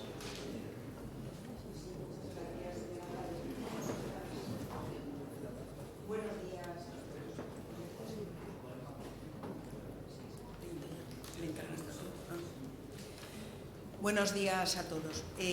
Agradecerle a la señora Reza el tono que utiliza en esta moción, pero sí quería aclararle respecto a lo último que ha dicho, es que no había polémica ninguna, es decir, no existió nunca esa polémica. Esa polémica la hubo en el año 2017 y quedó perfectamente aclarada en aquel momento. A petición del Grupo Socialista, en aquel momento, por su portavoz, el señor Barquero, se había solicitado un informe que yo erróneamente dije que pertenecía a la Secretaría del Pleno y es al asesor jurídico. Primero informó la Secretaría de Pleno y después, posteriormente, el asesor jurídico, y aquel debate había terminado ahí. Es decir, ustedes me preguntaron en la pasada Junta Diaria que se celebró el 27 de agosto, me preguntaron qué iba a pasar con eso y yo le expliqué a usted directamente que no recordaba exactamente las palabras de ese informe, que en todo caso revisaríamos si el informe hacía mención o no a la participación no solo de la Federación Limiar, sino también de la agrupación Miño, y que una vez que verificáramos le daríamos traslado en la próxima Junta Diaria, que precisamente está convocada para el día 10 de septiembre, que ya está convocada. Por eso quiero aclararle que no existe ninguna polémica. Es decir, la participación de las asociaciones vecinales en las juntas de área ya quedó definida en el anterior mandato con el Partido Popular, en el equipo de gobierno. Y entendemos que el informe de la asesoría jurídica, lógicamente, fue aplicable en el 2017 y tiene que seguir siendo aplicable en el momento actual. Solamente quería aclarar de eso. No he tenido oportunidad de darle traslado a usted el informe, lo que haré en la próxima Junta Diaria, como le decía, y solamente aclararle que por nuestra parte no existía polémica al respecto. Muchísimas gracias.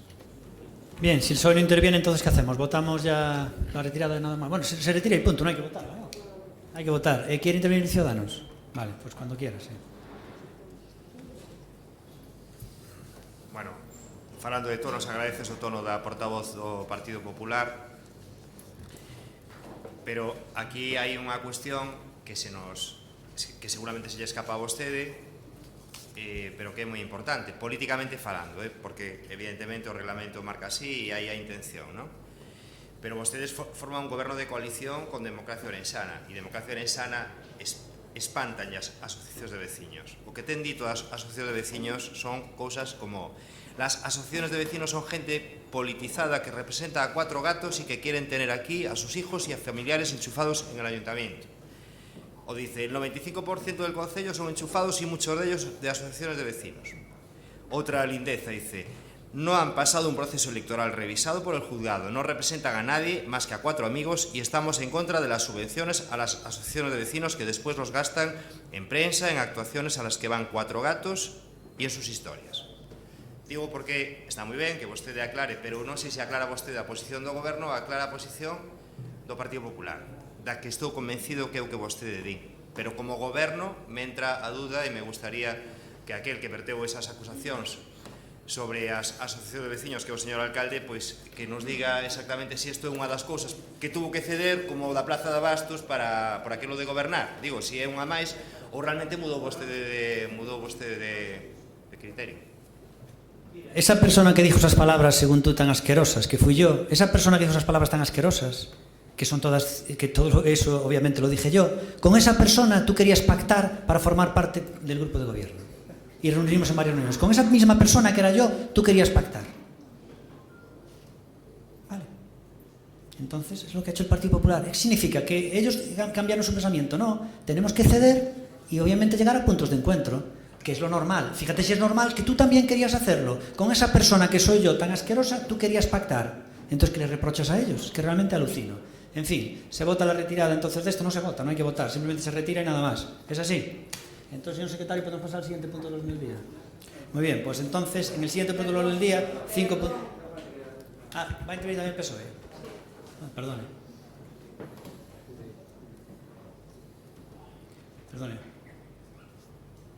Cuando quieras. Sí, no meu caso va a ser moi breve, simplemente decía a señora Flamure que ela ten unha enorme capacidade de un punto de vista xurídico, xa que a abogada é de intentar a veces enredar un pouco, é dicir, sí que existe polémica política, outra cousa diferente que non se queira ver, é dicir, na propia xunta de área que usted fala, o seu compañeiro de goberno neste caso, o señor Mario, dicía que el non vía con vos ollos que participaban as asociacións de veciños ou como mínimo tiña dudas de que eso fora así.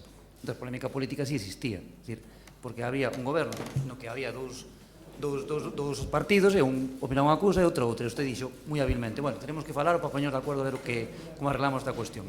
Entón, sí existía unha polémica política. E logo, evidentemente, o artigo do reglamento, do cual eu entendo que esta moción iba tamén canalizada a través de modificar o reglamento de participación ciudadana, máis alá incluso deste punto, fala de que poderán ou non intervir as asociacións de veciños a través da súa federación, non sei que, non sei cuánto. Pois poderá é algo discrecional. Habría que darlle seguridade xurídica a ese punto. No sentido de que tamén poda facer unha federación, había que aclarar se era unha federación, a agrupación, as dúas, as asociacións non escritas ou quen fora.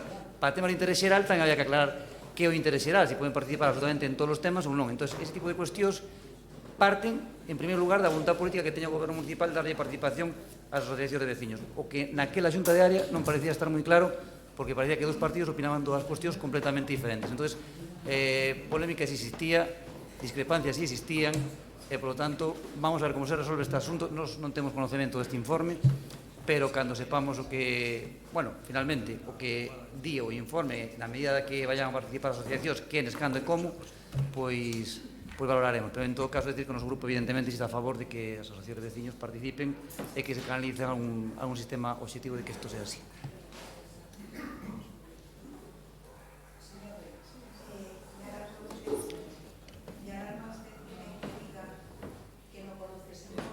Un segundo, por favor. ¿Quiere replicar al señor Rey? ¿Quiere usted hablar más o ya no? Vamos a retirar el punto. ¿Quiere decir algo más en esta moción? No. Sí, porque bueno, porque si se pide el debate, se puede hacer debate. Vale, si se pide el debate, se puede hacer debate. Entonces, ellos pueden seguir, tal. Vale, perfecto.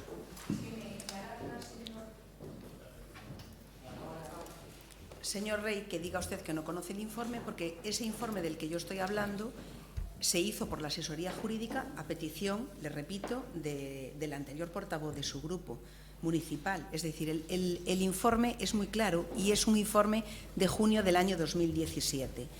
Puedo entender que el señor Mario, que es a quien usted se refiere, que participa en esta misma junta de área, no lo conozca, porque lógicamente es nuevo en la corporación y puede desconocer el sentido del informe, pero no así usted, que ya estaba presente en el anterior mandato. Es más, participó usted en la comisión que se creó expresamente para modificar el reglamento de participación ciudadana. Me consta, porque además de las reiteradas mociones que se trajeron al Pleno, en las que usted participó, insisto, participó usted también en esa comisión, echó en cara al Partido Popular no reunirnos con ustedes en determinadas ocasiones, y yo ahora me encuentro con que, leyendo las actas, usted precisamente, que nos echó en cara a nosotros la parálisis de esa comisión para modificar el reglamento, me consta que desde el mes de octubre del año 2018 estaba requerido para presentar una serie de alegaciones al reglamento tipo de la FEN, y que me diga usted ahora que no conoce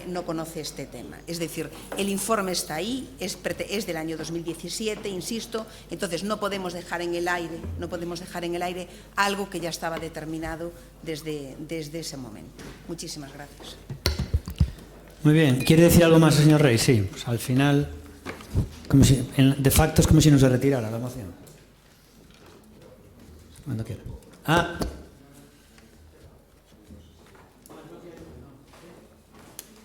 Está rota la cadena de mando, casi. Nada, moi brevemente, simplemente para darlle un consello. Bueno, primeiro unha reflexión sobre o que acaba de afirmar. Eu alegrome moito que non sea esa circunstancia de ningún posible pacto co seu grupo.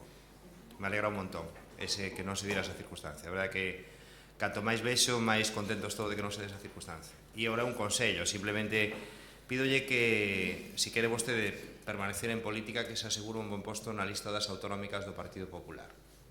Porque despois das autonómicas vostede non vai a deixar de ser alcalde. Entón digo, porque aproveitando que agora empeza a carreira para ver quen vai na lista das autonómicas, por debaixo do 8,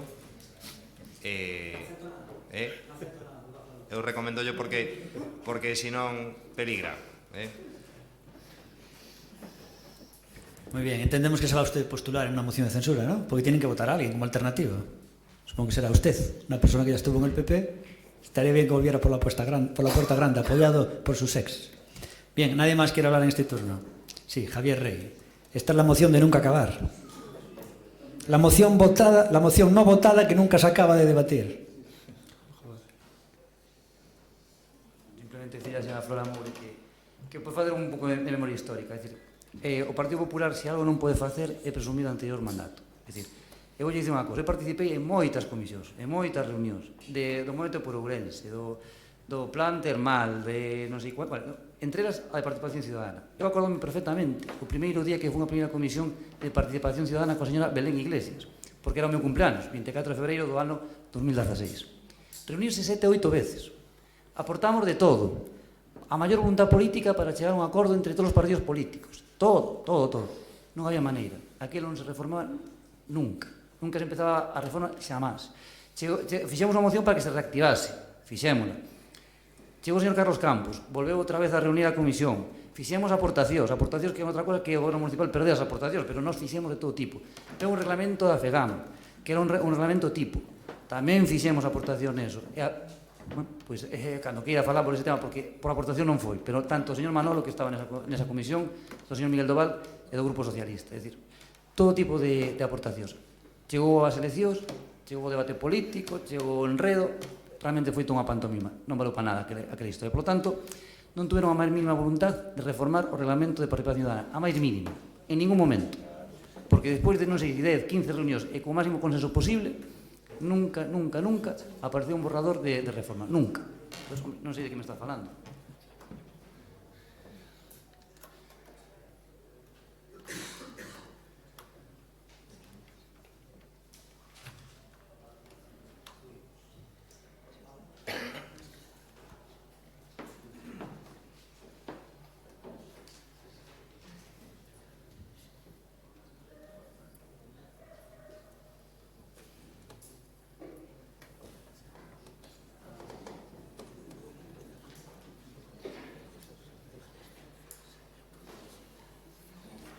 Bien, pues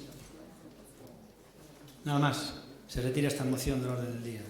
En la siguiente moción, que es la moción 5.6, proponemos que la aplazamos para el próximo pleno, que es Democracia Orensana y Partido Popular. Entonces se va a debatir el próximo pleno. Si ustedes no quieren y van a debatir, pues entonces no la aplazamos y la debatimos allá. Pero nosotros preferimos aplazarla. No sé, ¿quieren ustedes debatir esta moción o esperan al debate al siguiente pleno? ¿Quieren debatirla? Vale, entonces no se aplaza, ¿eh? Entonces no la aplazamos porque si se va a debatir no vamos a perder el tiempo en esta, o sea, una hora ahora y otra hora dentro de otra semana, dígame.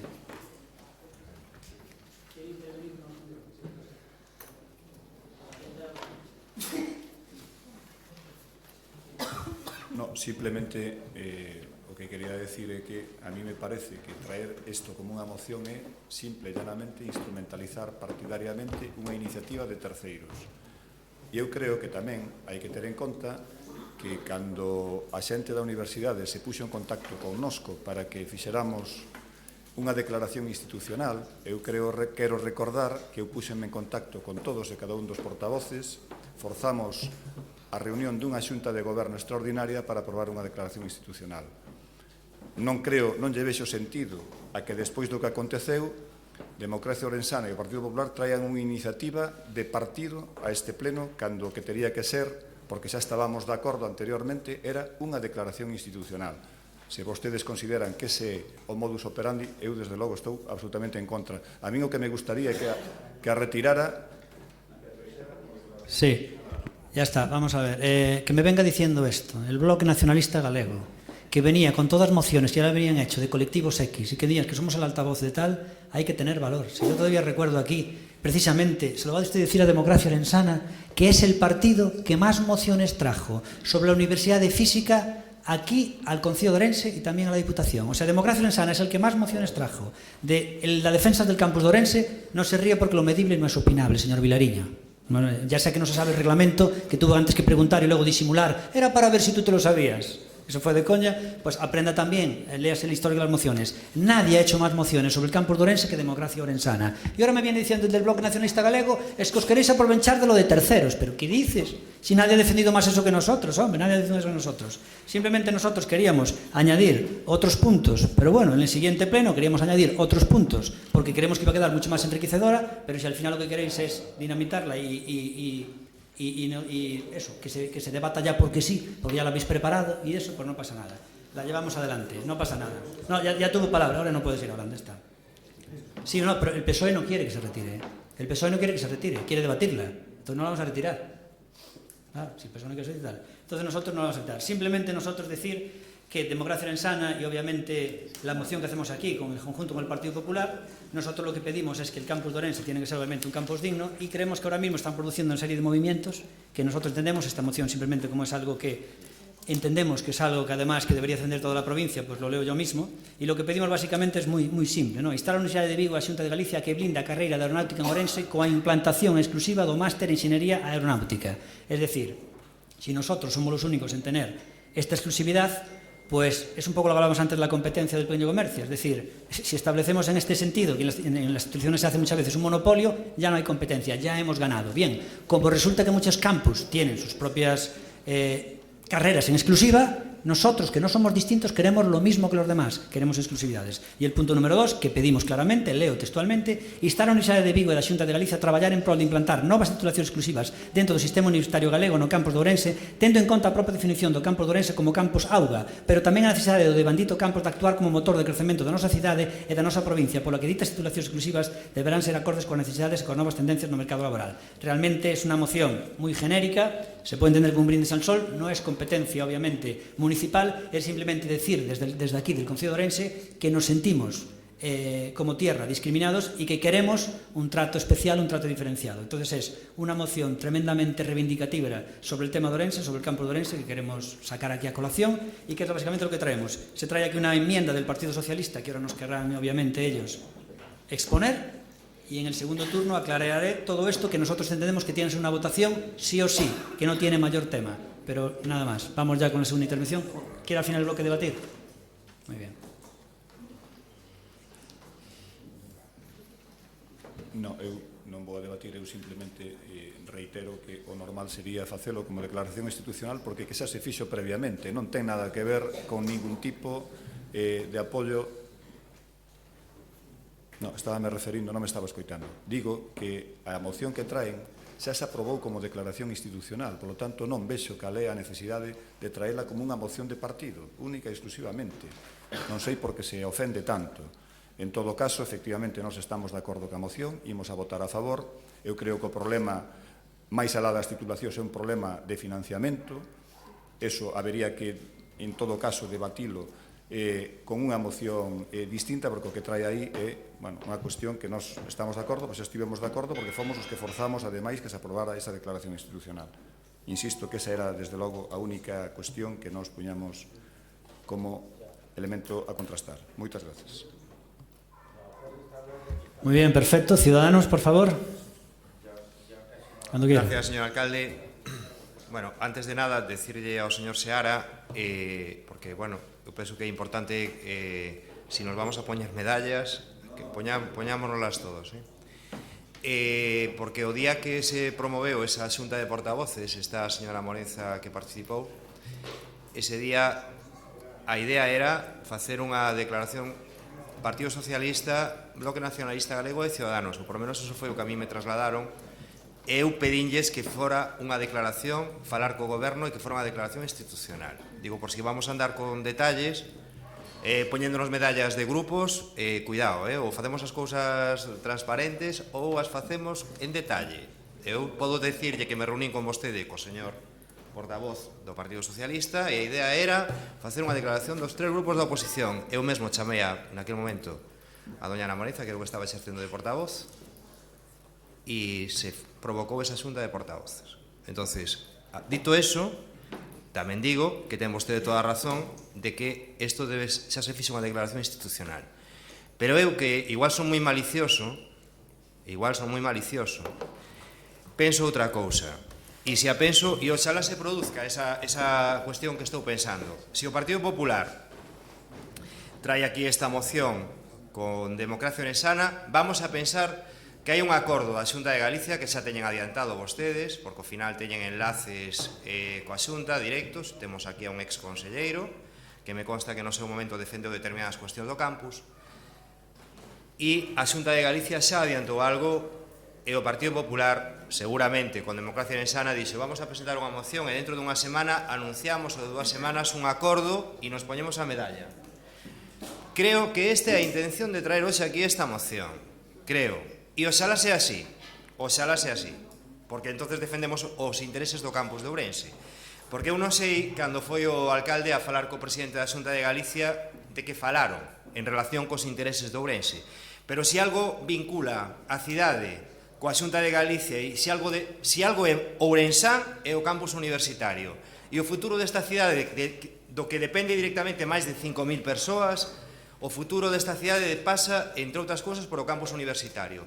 E se a Xunta de Galicia quixera facer algo por Ourense, inclinaría a balanza hacia as titulacións de Ourense. Porque o que ten pasado todo agora, coa administración autonómica, é que teñen defendido todos os campus universitarios menos o de Ourense. Teñen, e as probas nos remitimos da cantidade de cousas que pasaron no último ano ou que se prevé que van a pasar, que son un claro agravio para o campus de Ourense. Entonces, de que falou vostede cando foi a falar co presidente da Xunta de Galicia? Do ben que lle iban a quedar os traxes que se iba a poñer cando iba ás procesións? Ou de cal é o compromiso? Porque ao final de los trajes. Ao final a vostede o están utilizando para non perder tantos votos en Ourense, pero digo que algunha rentabilidade tenemos que quitar como cidade.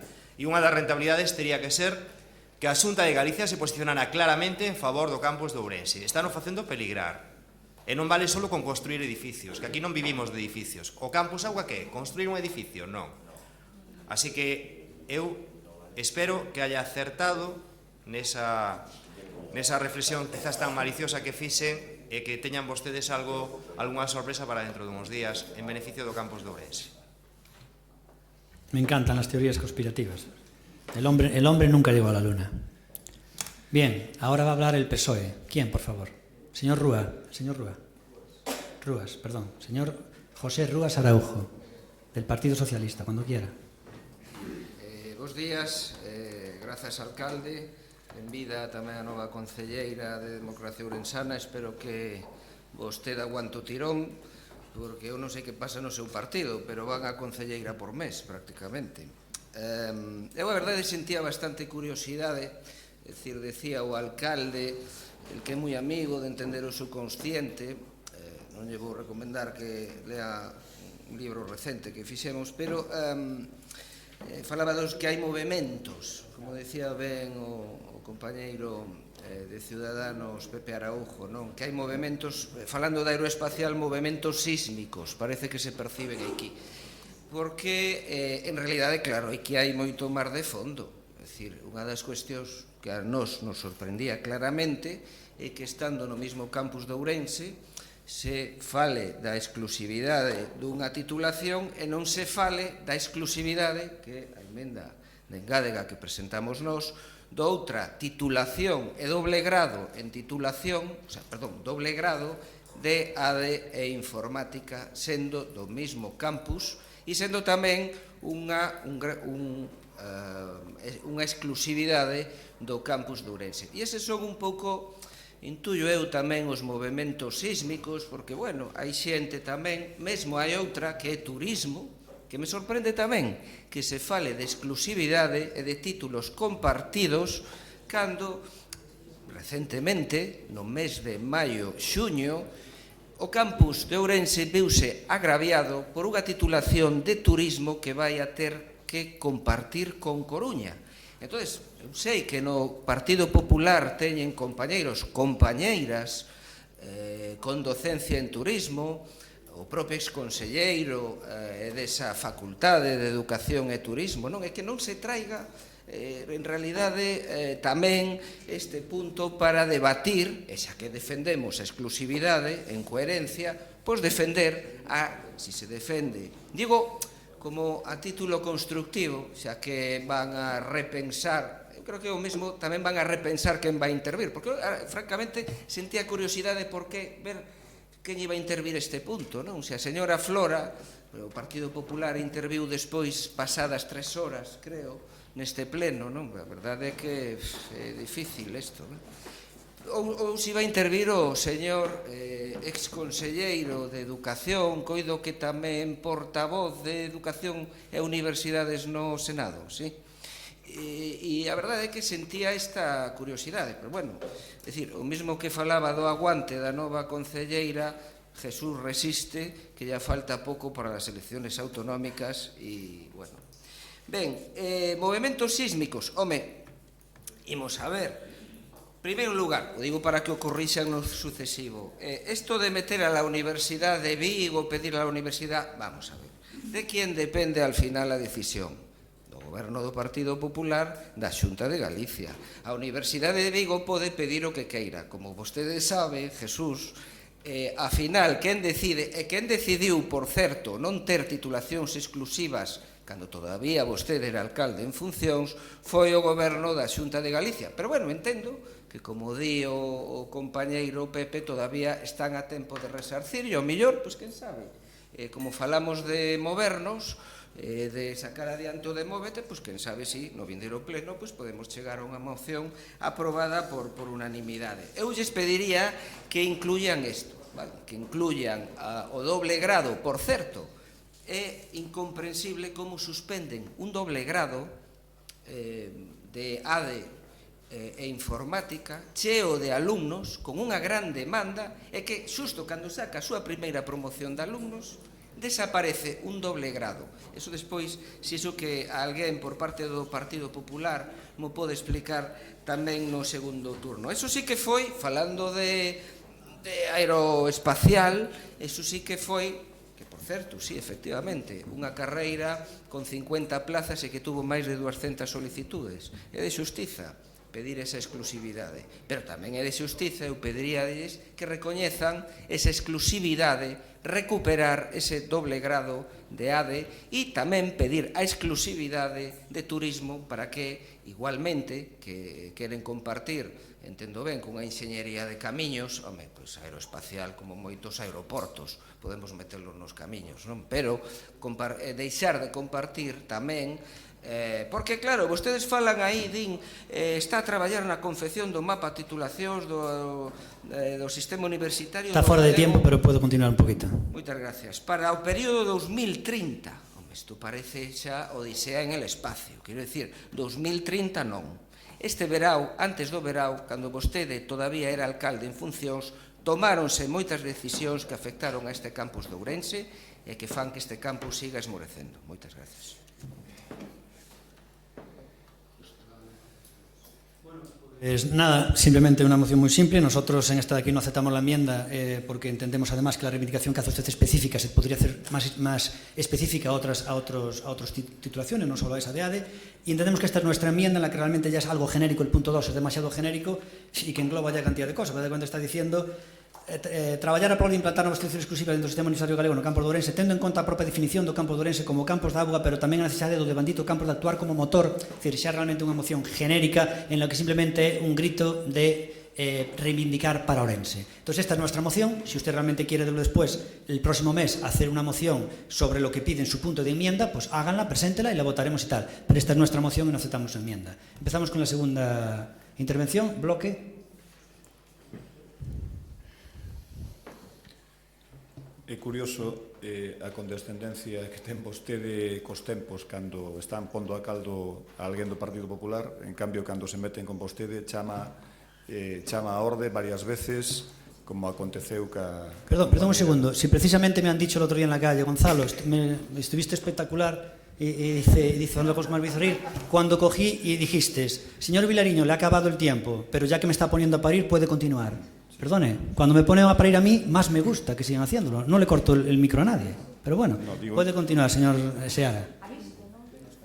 En todo caso, efectivamente, xa se dixo aquí, hai unha clara intencionalidade. A intencionalidade, señor Araújo, vostede di que é mal pensado, pero pensa mal e acertarás. Equivocouse nunha cousa. Eu puxenme en contacto un luns con dona Ana Morenza a través de WhatsApp, teño aquí, podese comprobar, para decirlle se andaba polo Concello porque quería falar dun tema da universidade. Díxome que entraba nunha reunión, polo tanto, fíxese que interés tiña eu en excluir ao resto das organizacións políticas. Non sei de onde sacou vostede iso.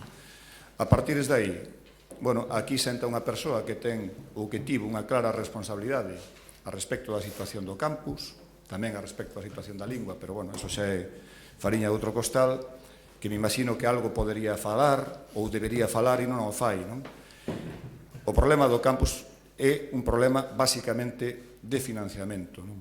É unha cuestión que o BNG leva posto en riba da mesa desde hai moitísimo tempo, que está sin resolver, e o único que estamos facendo é pondo panos quentes a unha situación que é delicada, pero que si vai a seguir sendo delicada pasado tempo se non solucionamos o problema básico, o problema esencial que é o problema de financiamento. Mais alá diso, nos imos votar a favor da iniciativa que presenta conxuntamente e tamén imos votar a favor da emenda que presenta o Partido Socialista.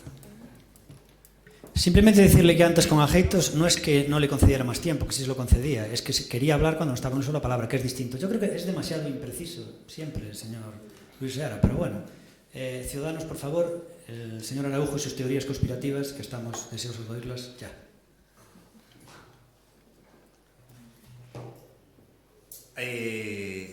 Doña Juana Ajeitos, por que non fai vostede algo para provocar que a voten do pleno? Porque a verdade é que o alcalde está chuzando aí seguido, e vostede que é unha persoa educada iría sin problema, non faría como un numerito que tú podemos soportar aquel día que veu a Policía Local para votar aquí a aquel que daquela era o portavoz do Democracia Orensana, que era tan maleducado e tan impertinente e tan faltón durante toda a sesión plenaria, e que ahora a mínima enseguida llamada al orden, tiene una. Moi ben, está moi ben eso. Bueno, eu primeiro lamento que esta moción non a defenda a concelleira de Educación,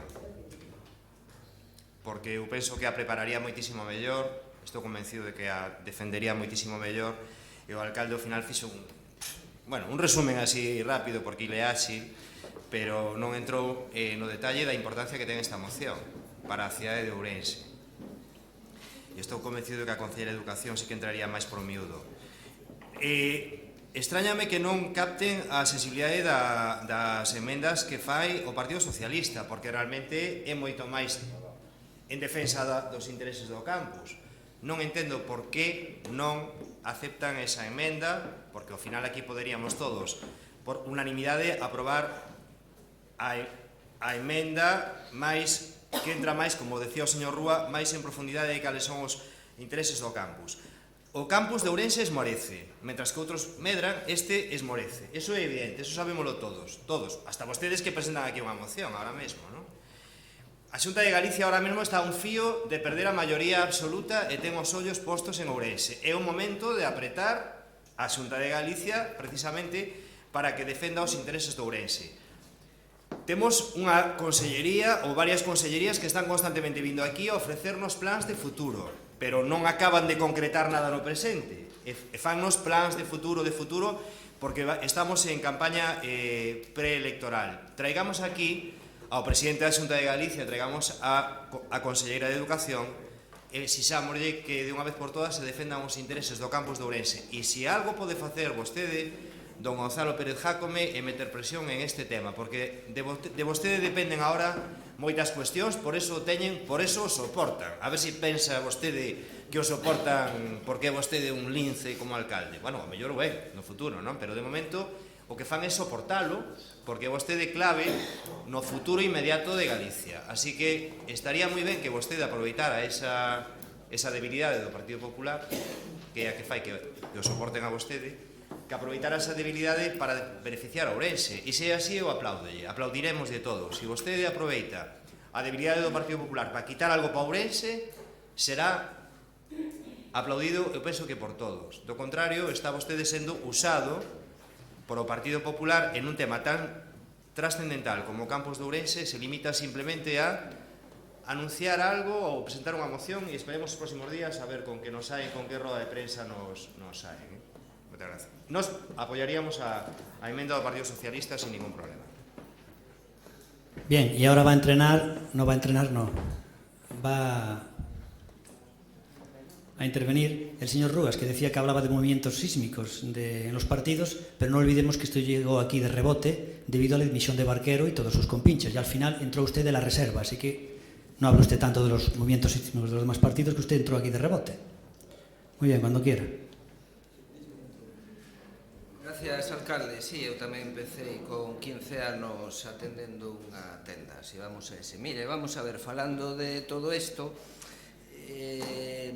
dos tempos, el máis allá de los tempos. Vostede, se quere, podémonos remontar ao Cretácico, pero non é o asunto do día, e falar, pois, si a causa da extinción dos dinosaurios hai máis de 65 millóns de anos, pois foi un meteorito ou foi o cambio climático, pero ese non é o tema de hoxe, vale?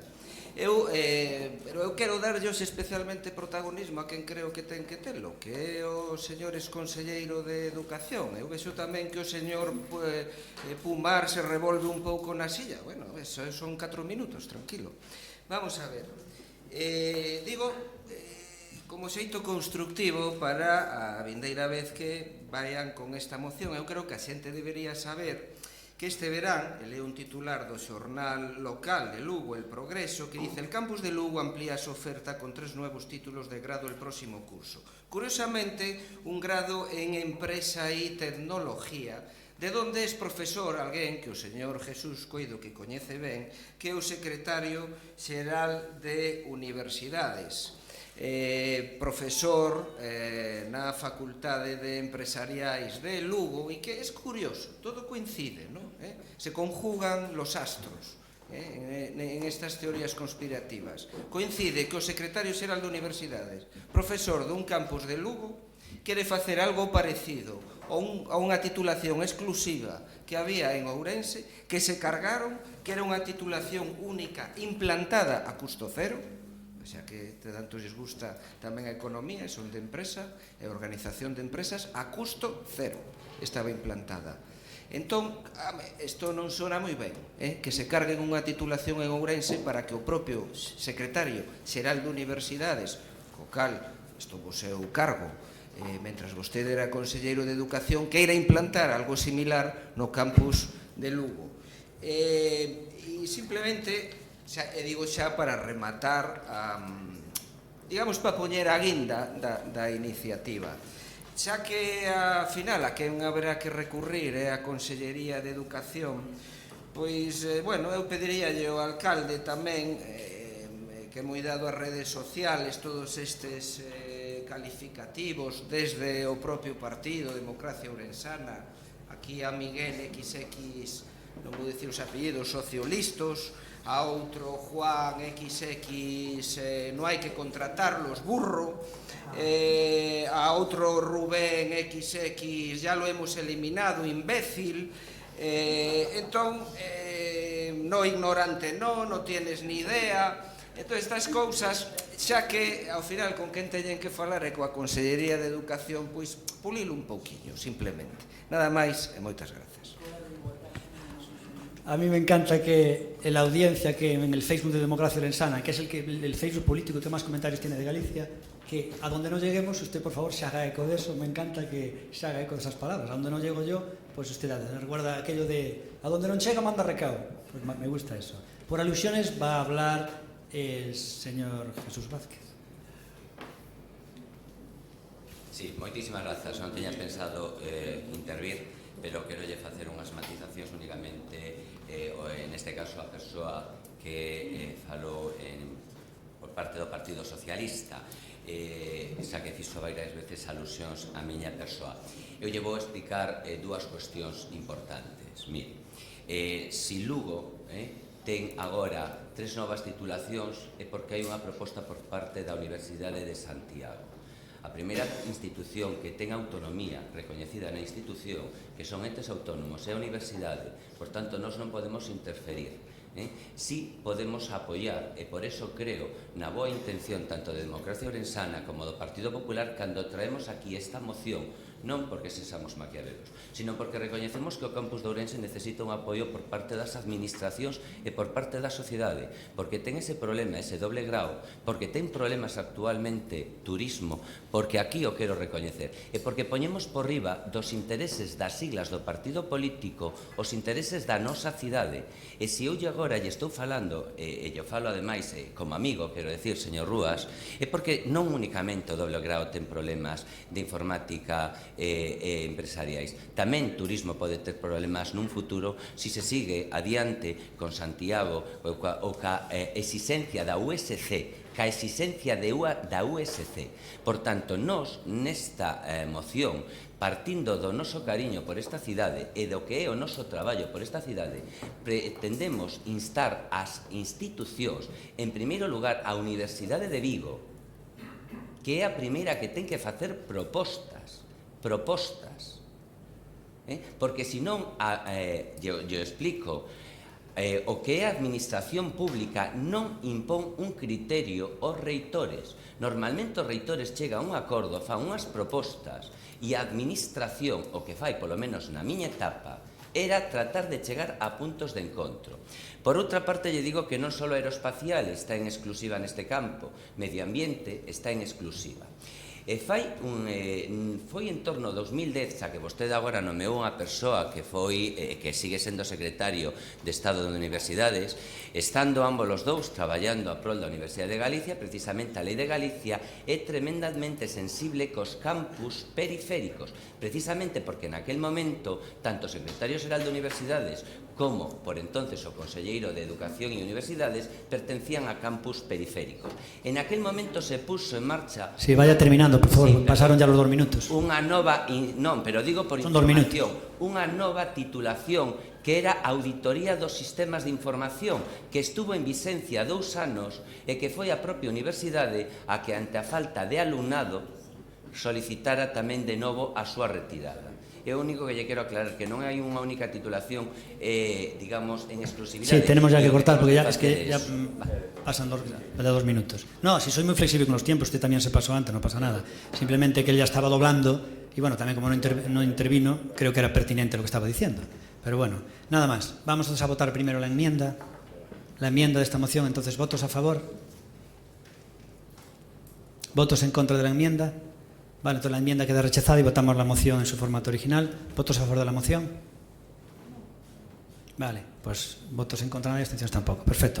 Nos vamos entonces al punto 5.7, que es la moción del Grupo Municipal Socialista polo mantenimiento e mellora da oferta cultural de Ourense, conciliación e crecemento do tecido productivo deste sector estratégico do desenvolvemento da nosa cidade. Entonces, por el Partido Socialista, ¿quién va a hablar?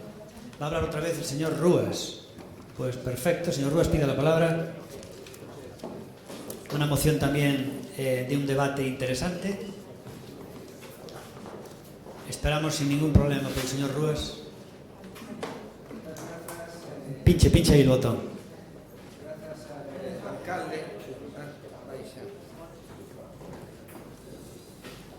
Bueno, quixera comenzar a miña intervención... Gira un poquito el micro para coger... Sí, porque tendo un párrafo que di en castelán: la cultura, igual que la educación y la sanidad, es un derecho inalienable. Toda persona ha de poder tener acceso a la misma. La cultura proporciona a la sociedad crecimiento y comprensión de la realidad e influye en la calidad de nuestras vidas. Pero defender la cultura y el acceso a la misma no es sinónimo de una política indiscriminada de ayudas y subvenciones, especialmente cuando confundimos cultura con espectáculo o cualquier manifestación de actividades de cocina, festivales de rock o música, folclore local o fiestas.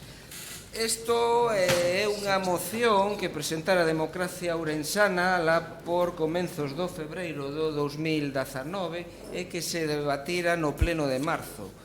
Quen os ha visto e quen os ve? defendendo unha cousa e ao pouco defendendo a contraria. Vostedes alá polo ano 2011, por certo, voulle recomendar unha cousa que se aprobou por unanimidade neste Concello, que é un pacto cívico no ano 2010. Vostede que tanto di que eu estuve de rebote e todas estas cousas, pois isto foi o coordinador dese pacto cívico que se aprobou por unanimidade neste Concello. Comprometémonos con Ourense, cidade de historia e cultura, Atenas de Galicia. Bueno, discutiremos de Atenas de Galicia, pois se nos quedamos sin atenienses e vostedes periclitan a cultura, pois porque pouca Atenas vamos a ter. Claro, o problema é que por riba vostedes... El micro, ponlo un poquito máis en dirección a la boca. Muchas gracias. Vostedes atoparon os seus aliados, o Partido Popular, que, bueno, tamén sinto curiosidade, porque un dos puntos é recuperar o verán cultural. E hai que recoñecer, é dicir, cando as cousas están ben, sexan dun partido ou de outro, hai que recoñecelas. O verán cultural estaba ben, era unha iniciativa do Partido Popular e me quixera bueno, sinto curiosidade tamén por ver cal é a posición, non? Igual que tamén me pareceu moi ben algunhas cuestións, espectáculos culturais que fixeron vostedes, dicir, recentemente, bueno, non tan recentemente, o espectáculo de Rebel que vostede mesmo auspiciou, non? Pero vou aproveitar eso para comentarlle unha cousa. Vostede supoño que, e tamén o concelleiro de Cultura, oiría falar da excepción cultural. A excepción cultural é, por exemplo, eximir do IVE pois as entidades culturais. Excepción cultural pode ser, por exemplo, outra das cousas que pedimos nesta moción, que é, pois que xa tanto apelan a cultura na rúa, nos espazos públicos, vostede recordará ese movimento que se chamaba Reclaim the Streets, non? Que é un pouco de volver a cultura o espazo público, non? Incluindo cesións urbanas de dominio público, non? Deso que non queren moitas veces e que trae de cabeza os concelleiros de obras públicas, non? Bueno, entón, a excepción cultural tamén é ter un espectáculo como que mesmo fixeron vostedes e que eu recoñezo, que me gustou, estuvo moi ben. Excepción cultural tamén é, por exemplo, non cobrarlles o aluguer do auditorio cando se poda celebrar ese espacio. Eso é entender tamén a cultura. Pero claro, vostedes, en realidade, non supoñemos na moción, están a destruir a historia, a tradición e a cultura desta cidade, porque só así se pode entender que pasen, que rachen, co apoio de sucesivos gobernos do Partido Socialista, do Bloque Nacionalista Galego e do Partido Popular para pasar de 40.000, 45.000, 30.000, podemos discutir, a 0 euros. O sea, isto é, isto, igual que os coches moitas veces pasan de 0 a 100 en 4 segundos, vostedes pasaron a 0 euros en apenas 4 meses, non?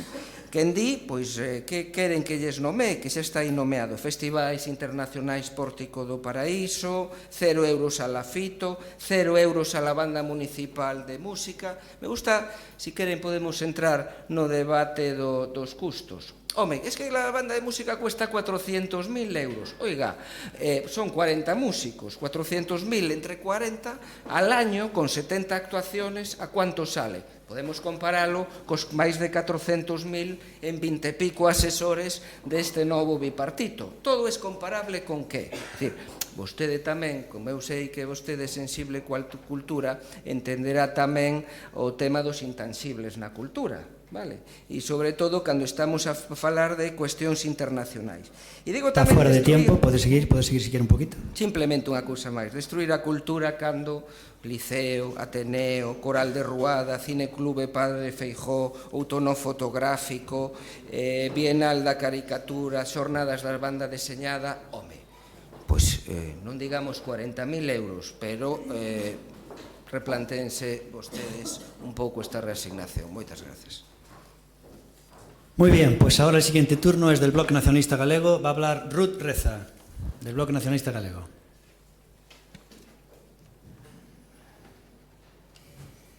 Bo día de novo, moitas grazas. Antes de nada, dar a benvida ao pleno, dar un saúdo á xente da cultura que está aí na tribuna e decir que fomos o primeiro grupo, o BNG, e coido que o único que cando se fixo a distribución de responsabilidades por parte do goberno municipal dixemos que era unha moi mala noticia. E o tempo deu-nos a razón, e non é un problema de Marios nin de Marías. É simplemente un problema de concepción, de idea e de modelo. Dificilmente poden darlle unha mínima congruencia a un área tan importante aqueles que teñen unha visión estritamente mercantilista. Por eso, non é nada de extrañar o que está acontecendo en relación ao desmantelamento da produción cultural e dos eventos que nos referencian a nivel galego, estatal e incluso internacional, como o Festival de Cinema, o Outono Fotográfico, o Fito, o Pórtico do Paraíso, entre outros. E que non se engane ninguén, non son ocorrencias o que hai detrás destas decisións. Ademais dunha xustificación economicista falsa, hai moita ideoloxía. Mais os enterradores da cultura poden ter claro que é tan potente a cultura de base no noso concello que non van a acabar con ela. E un exemplo é o colectivo Escua, que está realizando durante os meses de xullo e agosto máis de 50 actividades culturais con 0 pesos de subvención por parte do concello e aínda por encima teñen a indecencia de cobrarlle as tasas de ocupación pública. Pasaron varios anos dende que o BNG tivo responsabilidades en materia cultural. Coa necesaria perspectiva que dá o tempo e tamén dende a autocrítica polo que non se fixo ou polo que se puido facer mellor, podemos avaliar o que significou durante este tempo a xestión cultural. Modestamente non admite comparación posible. Durante o cuatrienio 2007-2011, o Goberno Municipal de Coalición, da man do BNG, realizou un importantísimo esforzo para cambiar as dinámicas establecidas na política cultural municipal. Contra un modelo de cultura elitista e allea á nosa realidade, apostamos por democratizar o acceso ás manifestacións culturais, priorizando o local nun contexto global. Nós concebimos a política cultural municipal non só como un labor de difusión, sino tamén como un conxunto no que debe ter cabida a creación, a produción propia, a investigación e o asociacionismo cultural en relación co que somos como nación e como pobo. Durante a época que nos tocou xestionar a cultura, fixemos, con moitas voces en contra, unha aposta decidida pola consolidación de eventos de grande formato, xuntamente con outros de pequena escala. Potenciamos o Festival de Cinema, reorientando e convertindo no Festival de Cinema Galego como punto de encontro do sector. Apostamos decididamente polo teatro, apoiando a produción propia e conferindolle a Sarabelo o estatus de compañía residente, afortalando mostras do ciclo anual como a Fito, a Miteo, a Moti, promovendo as producións teatrais de outras compañías locais e galegas, apoiando a Escola Municipal de Teatro, colocando como referente específico na oferta turística do Concello o ciclo festivo, e ademais, tamén hai que falar do grande éxito que supuxo o Sen Batuta, que foi suprimido polo Partido Socialista. Mais conscientes de que a cultura ten que ser universal para todos, colaboramos activamente co tecido asociativo, ofrecéndolle ás asociacións espectáculos de pequeno formato, producidos por compañías e artistas da cidade e potenciando así a creación dun calendario anual estável. Promovimos a autoestima da poboación e pelexamos contra a sempiterna marxinación do tratamento do Estado a Xunta exixindo a reforma integral de San Francisco, a aposta polo conxunto arqueolóxico de San Tomé, pondo en valor o espazo patrimonial do cemiterio de San Francisco ou promovendo a institucionalización da Vela Áurea como festa histórica de Ourense. Dicir que non podemos ser unha cidade das industrias culturais, unha cidade da cultura sin industrias culturais. A cultura xera riqueza e a cultura representa o 4% do Produto Interior Bruto da nación galega. Dende o Concello debemos difundir a cultura do presente e recuperar a cultura do pasado, mais promovendo a cultura do futuro e asegurándonos de que nos vindeiros anos Ourense, esta áurea garimosa das augas quentes, siga a ser un referente da cultura do país e de fora del. Pues vamos ya con el siguiente turno, que es del Partido Ciudadanos. Apágalle. No sé si puedo apagar el micro. Vale, pues ya está. Señor Araujo, perfecto, cuando quiera. Gracias, señor alcalde. Ben, eu descoñezo quen lle escribiu a portavoz do Bloque Nacionalista Galego todo o que acaba de decirnos. Ela non estaba aquí en aquel entón. En todo caso, daría para un debate longo e profundo todo o que acaba de afirmar, pero ese non vamos precisamente ser nós quen se meta co Bloque Nacionalista Galego, a pesar de que afirmou cousas que non son certas ou son medias verdades. En todo caso, eu penso que a cidade nos últimos anos, gobernara quen gobernara, tivo un respeto absoluto por aquelas cuestións que foron surxindo dependendo de diferentes corporacións e que funcionaban, e as que funcionaban perduraban no tempo, non? Aquí se mezclan cousas. Por exemplo, se mezcla o ciclo festivo coa produción cultural. En ese sentido, eu hoxe descoñezo se vai ser don Mario que lle toca, sí. Eu que teño visto nos últimos meses, polo que me teñen contado, non o asuma cunha crítica á súa persoa, que ademais nada que ver, pero me consta que vostede pouco ou nada ten que ver en todo o que está a pasar, porque é o propio alcalde o que toma as decisións, como aquel emperador que disfruta tomando decisións, non? Por o que van contando os diferentes colectivos que pasan por a alcaldía, non por a Concellería de Cultura, sino por a alcaldía, cítanos a sucesivas reunións, a máis, en algún caso, a máis de unha, de dúas, de tres, incluso 4 reunións, para tratar temas que teñen unha limitación temporal, que hai que tomar decisións, e para eso precisan saber se o Concello vai estar ou non respaldando tal ou cual produción cultural para poder facer plans, non? E vostedes alongan no tempo xeneran falsas esperanzas. Bueno, non vostedes, sino o alcalde, porque vostede me consta que en todas estas reunións ten estado en poucas, non? Non ten estado en todas, non o convocan a vostede, convocan algunha, pero non en todas.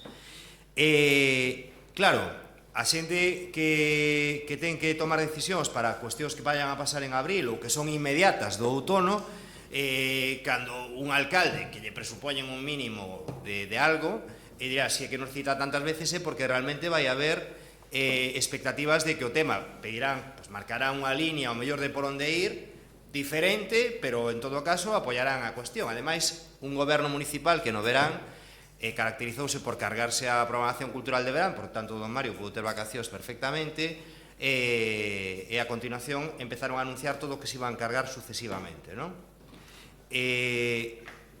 Neste momento, temos falado últimamente de cuestións como o Pórtico do Paraíso ou Fito, non? Non son capaces de valorar o traballo que hai detrás da produción de calquera destas dúas actividades, porque non se pararon un minuto a empatizar con aqueles que están a traballar, non? Quer dicir, que con tan poucos recursos, envenenando a población, dicindolle a población que non van a financiar cuestións que costan máis que espectáculos de Broadway, con esos titulares que lanzan, pois envenenan a población para que alguén se poña do seu lado, e a continuación o que fan é decirlles, despois de 4 reunións, non vos vamos a apoiar tal iniciativa. Bueno, se é tan boa como decides, pois xa facedes vos, porque haberá público, porque isto non é rentable, non? Primeiro lanzamos a poboación que vos estades lucrando e que estades facendo producións de elevado coste, e logo decímosvos que se tan boa é, vale a taquilla e adiante, non? Por exemplo, no Pórtico do Paraíso, cando é unha actividade que está pensada precisamente para espacios onde non se cobra entrada, que está pensada para sensibilizar a poboación na música, por exemplo, e trae primeiros espadas aquí a Ourense con un coste reducidísimo. Ridiculizan aos produtores destes espectáculos, humíllanos, e de paso intentan vendernos que vostedes van a ser la leche, porque no San Martiño, en vez de ter un día de festa, vamos a ter 4. Por eso lle decía antes que non vamos a ter pan e circo, vamos ter castañas e circo, non? Porque eu o alcalde vexo como ese emperador romano, algún chegou a queimar o imperio, chegou a queimar Roma, non? Pero que estaba divertíndose ali co circo, e daballe pan e circo á poboación, e non se preocupaba dos límites da do imperio, non? A pesar de que se estaban desmorecendo. Neste caso, o alcalde... Podo seguir, sí, que generoso. Bueno. Eu que lles pido un pouco de respeto. Eu vexo hoxe que Democracia Orensana pon no seu... nesa páxina que tanto visitan, dice vostede, dice que los culturetas se creían con derecho de pernada. Esa é a visión que teñen vostedes do que estamos a falar aquí hoxe, que que pena que non teñamos máis tempo. Le hemos dado máis tempo del que tenía. Simplemente unha reflexión moi rápido que dice... dijo, por un lado, a veces nos acusan de que nosotros no queremos el diálogo y que no nos brindamos al diálogo. Y cuando a unas personas de la cultura que quieren hablar con nosotros le accedemos a las citas y nos reunimos con ellos varias veces, nos dicen, es que accedieron a reunirse con ellos varias veces, le generaron falsas esperanzas. Volverme tolo. Usted recorda a miña nai, cando estaba na casa me decía, no millor da vida ya aquí metido. E cando me marchaba me decía, andas fora da casa como un can. Volveme louco. Bueno, vamos ya con el señor Mario, que nos va a hablar el señor Mario, que es el turno de Democracia Orensana, representando al grupo de gobierno, en este caso de DO y PP, el señor Mario. Cuando quieras, Mario. Ahí está. Bueno, moitas gracias. É a miña estrea defendendo unha moción. Espero facela con todo o respeto e con todo o merecemento e honra que merece un tema como a cultura. Ben, ustedes recoñecerán que cando nos tomamos a responsabilidade de goberno aquí e tomamos simplemente dúas medidas, xa nos fixeron un xuízo sumarísimo e xa ditaron sentencia culpable. Nos defendemos desde esta Consellería de Cultura a valía e a profesionalidade e a capacitación profesional dos traballadores de cultura. É certo, está escrito, está en rodas de prensa, está no periódico, e vostedes non fixeron relación a eso. E, sin embargo, vostedes crucificaron ao alcalde cando dixo que había algúns traballadores, funcionarios que se escaqueaban. Eu ainda non escoitei o que alabaran ao noso alarde de defensa dos traballadores de cultura, falando das súas capacidades e das súas ganas de traballar. Eso sempre se defendeu desde aquí. Eu non é certo. Pregunto, porque se seguiron todas as rodas de prensa sabrán que é certo que se fixo eso. E sempre dixen que nesta Consellería de Cultura había xente suficientemente capacitada para organizar e programar todos os ciclos culturais que necesita esta cidade. E agora vou a dar datos reais que figuran nos informes que onte traballei co meu equipo de cultura arriba no auditorio. Todo o que vou dicir agora non son opinións, non son sensibilidades, son datos reais. Miren, desde hai anos nesta cidade lévanse celebrando ciclos culturais por marcas privadas que eu, cando iba a defender esta moción, fixen unha valoración. A valoración é só por a xestión, repito, pola xestión destas actividades. Eu había feito unha valoración non a produción nin a contratación, sino a xestión. Eu había valorado, así provisionalmente, 35.000 euros. Onte, cando me pasaron os datos que teño aquí e que podo amosar, vai a 50.000 euros como mínimo. O sea, os cidadáns desta cidade teñen que pagar 50.000 euros de xestión por algo que eles están capacitados para facer e que teñen que facer e que son programadores culturais. Pero, seguindo os datos que teño aquí, observo que, ademais deste diñeiro, o Concello en moitas destas actividades ten que poñer as súas instalacións. Vostedes saben canto custa o alugueiro do auditorio? Saben, non? Canto? Canto? Non, o alugueiro do auditorio. 1.100 euros. 1.100 euros costa o alugueiro. Pero que a miña satisfacción foi, ou a miña penuria, e a miña tristeza foi cando preguntei e me dixeron que a Asociación Contra o Cancro paga por cada actividade que realizaría cada gala 1.100 euros, cando estas marcas, estas empresas privadas teñeno totalmente gratuito. E non nos digan agora que nos temos que suprimir esas cosas e estas tasas, porque estas tasas levan toda a vida aquí. E vostedes que gobernaron durante todo este tempo, as tasas levan aquí anos. 1.100 euros. E a Asociación Contra o Cancro paga 1.100 euros cando todas estas firmas privadas teñeno totalmente gratuito. Pero miren, todavía hai máis datos. Miren, destes informes que teño aquí todavía máis datos, e é que a Concellería de Cultura ten que aportar o persoal da propia Concellería para a asistencia a eses concertos. Persoal que pagamos as horas extras nós, e ademais, persoal que está sendo degradado das súas competencias profesionais porque teñen que facer unhas tarefas, fíxense vostedes, as tarefas que teñen que facer programadores culturais desta Concellería. E creo que vostedes o saben, porque foron partícides desta información. Mire, teñen que atender a músicos, a traslado á catedral de coxís e programas e de cadeiras, montar escenarios, colocar coxís e cadeiras, atender aos músicos, vixiar instrumentos, repartir programas, vender entradas. O sea, toda esta capacidade profesional que teñen estes funcionarios de cultura para xestionar os ciclos culturais están vendo degradadas as súas competencias profesionais facendo tarefas que non lle corresponden. Miren, teño un dato que non o vou dicir aquí, pero confidencialmente podo yo asinar a que mo pida ao rematar este pleno e yo podo asinar, porque é un dato demoledor, pero non o vou dicir aquí. Por qué? Porque eles, aunque saben perfectamente o que iba a dicir hoxe aquí, dixeron que mellor non o dixeran, pero privadamente yo podo comentar algo de vostedes cando saíamos do pleno. E para rematar voulle dicir algo, miren. Sí, vaya rematando ya, sí. Sí, só termino, miren. É unha obriga, repito, é unha obriga dos dirixentes políticos xestionar con eficacia e responsabilidade os recursos que a administración pon ao noso servizo. Repito, é unha obriga. Vale? E eses recursos son recursos materiais, recursos humanos e recursos económicos. E concretamente, neste caso, danse os tres recursos materiais, humanos e económicos. E ademais, esa é a filosofía da nova lei de contratación da función pública. E nós, repito, sempre defendimos que tiñamos nesta Concellería de Cultura xente suficientemente preparada e capacitada para desenvolver todos estes ciclos culturais que a cidade e a diversidade desta cidade de 5.000 habitantes necesita para a súa cultura. Vale? Moitas grazas na miña primeira intervención. Muy bien, gracias Mario. Y ahora pasamos al segundo turno. Simplemente decir que los representantes de la cultura que están arriba, pues obviamente es maravilloso que hayan acudido, demuestran obviamente su interés. Están gente de Sarabela, que desde luego yo me merece todo el respeto, pero no veo ahí los señores del Pórtico del Paraíso.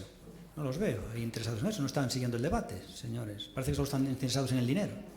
Bueno, vamos ya con el Bloque Nacionalista Gallego, ¿no? Que va con el segundo turno.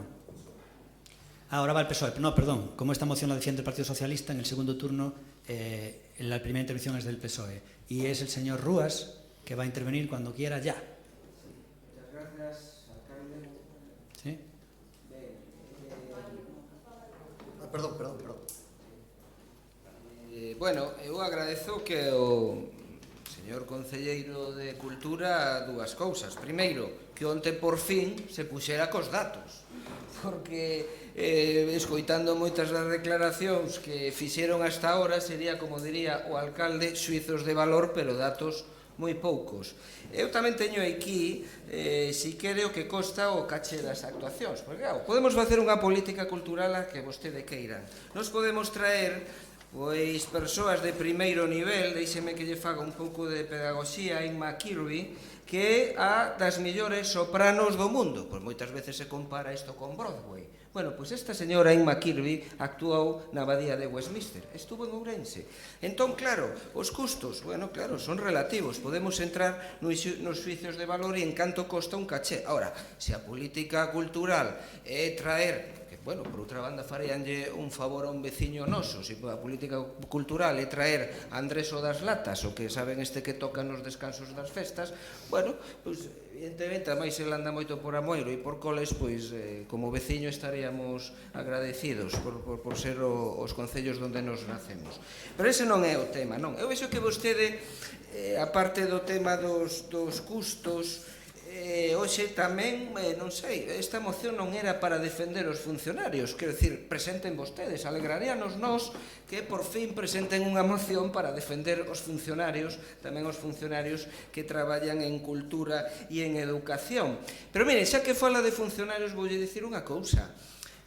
vostedes dixeron que, incluso Sarabela, o que cita alcalde que hoxe está aquí, malgastaban. E, home, eu entendo que vostedes, cando desde unha corporación municipal se lle dá unha axuda pública, hai unha intervención e hai que presentar unhas contas. Isto non é derroche ni é malgastar.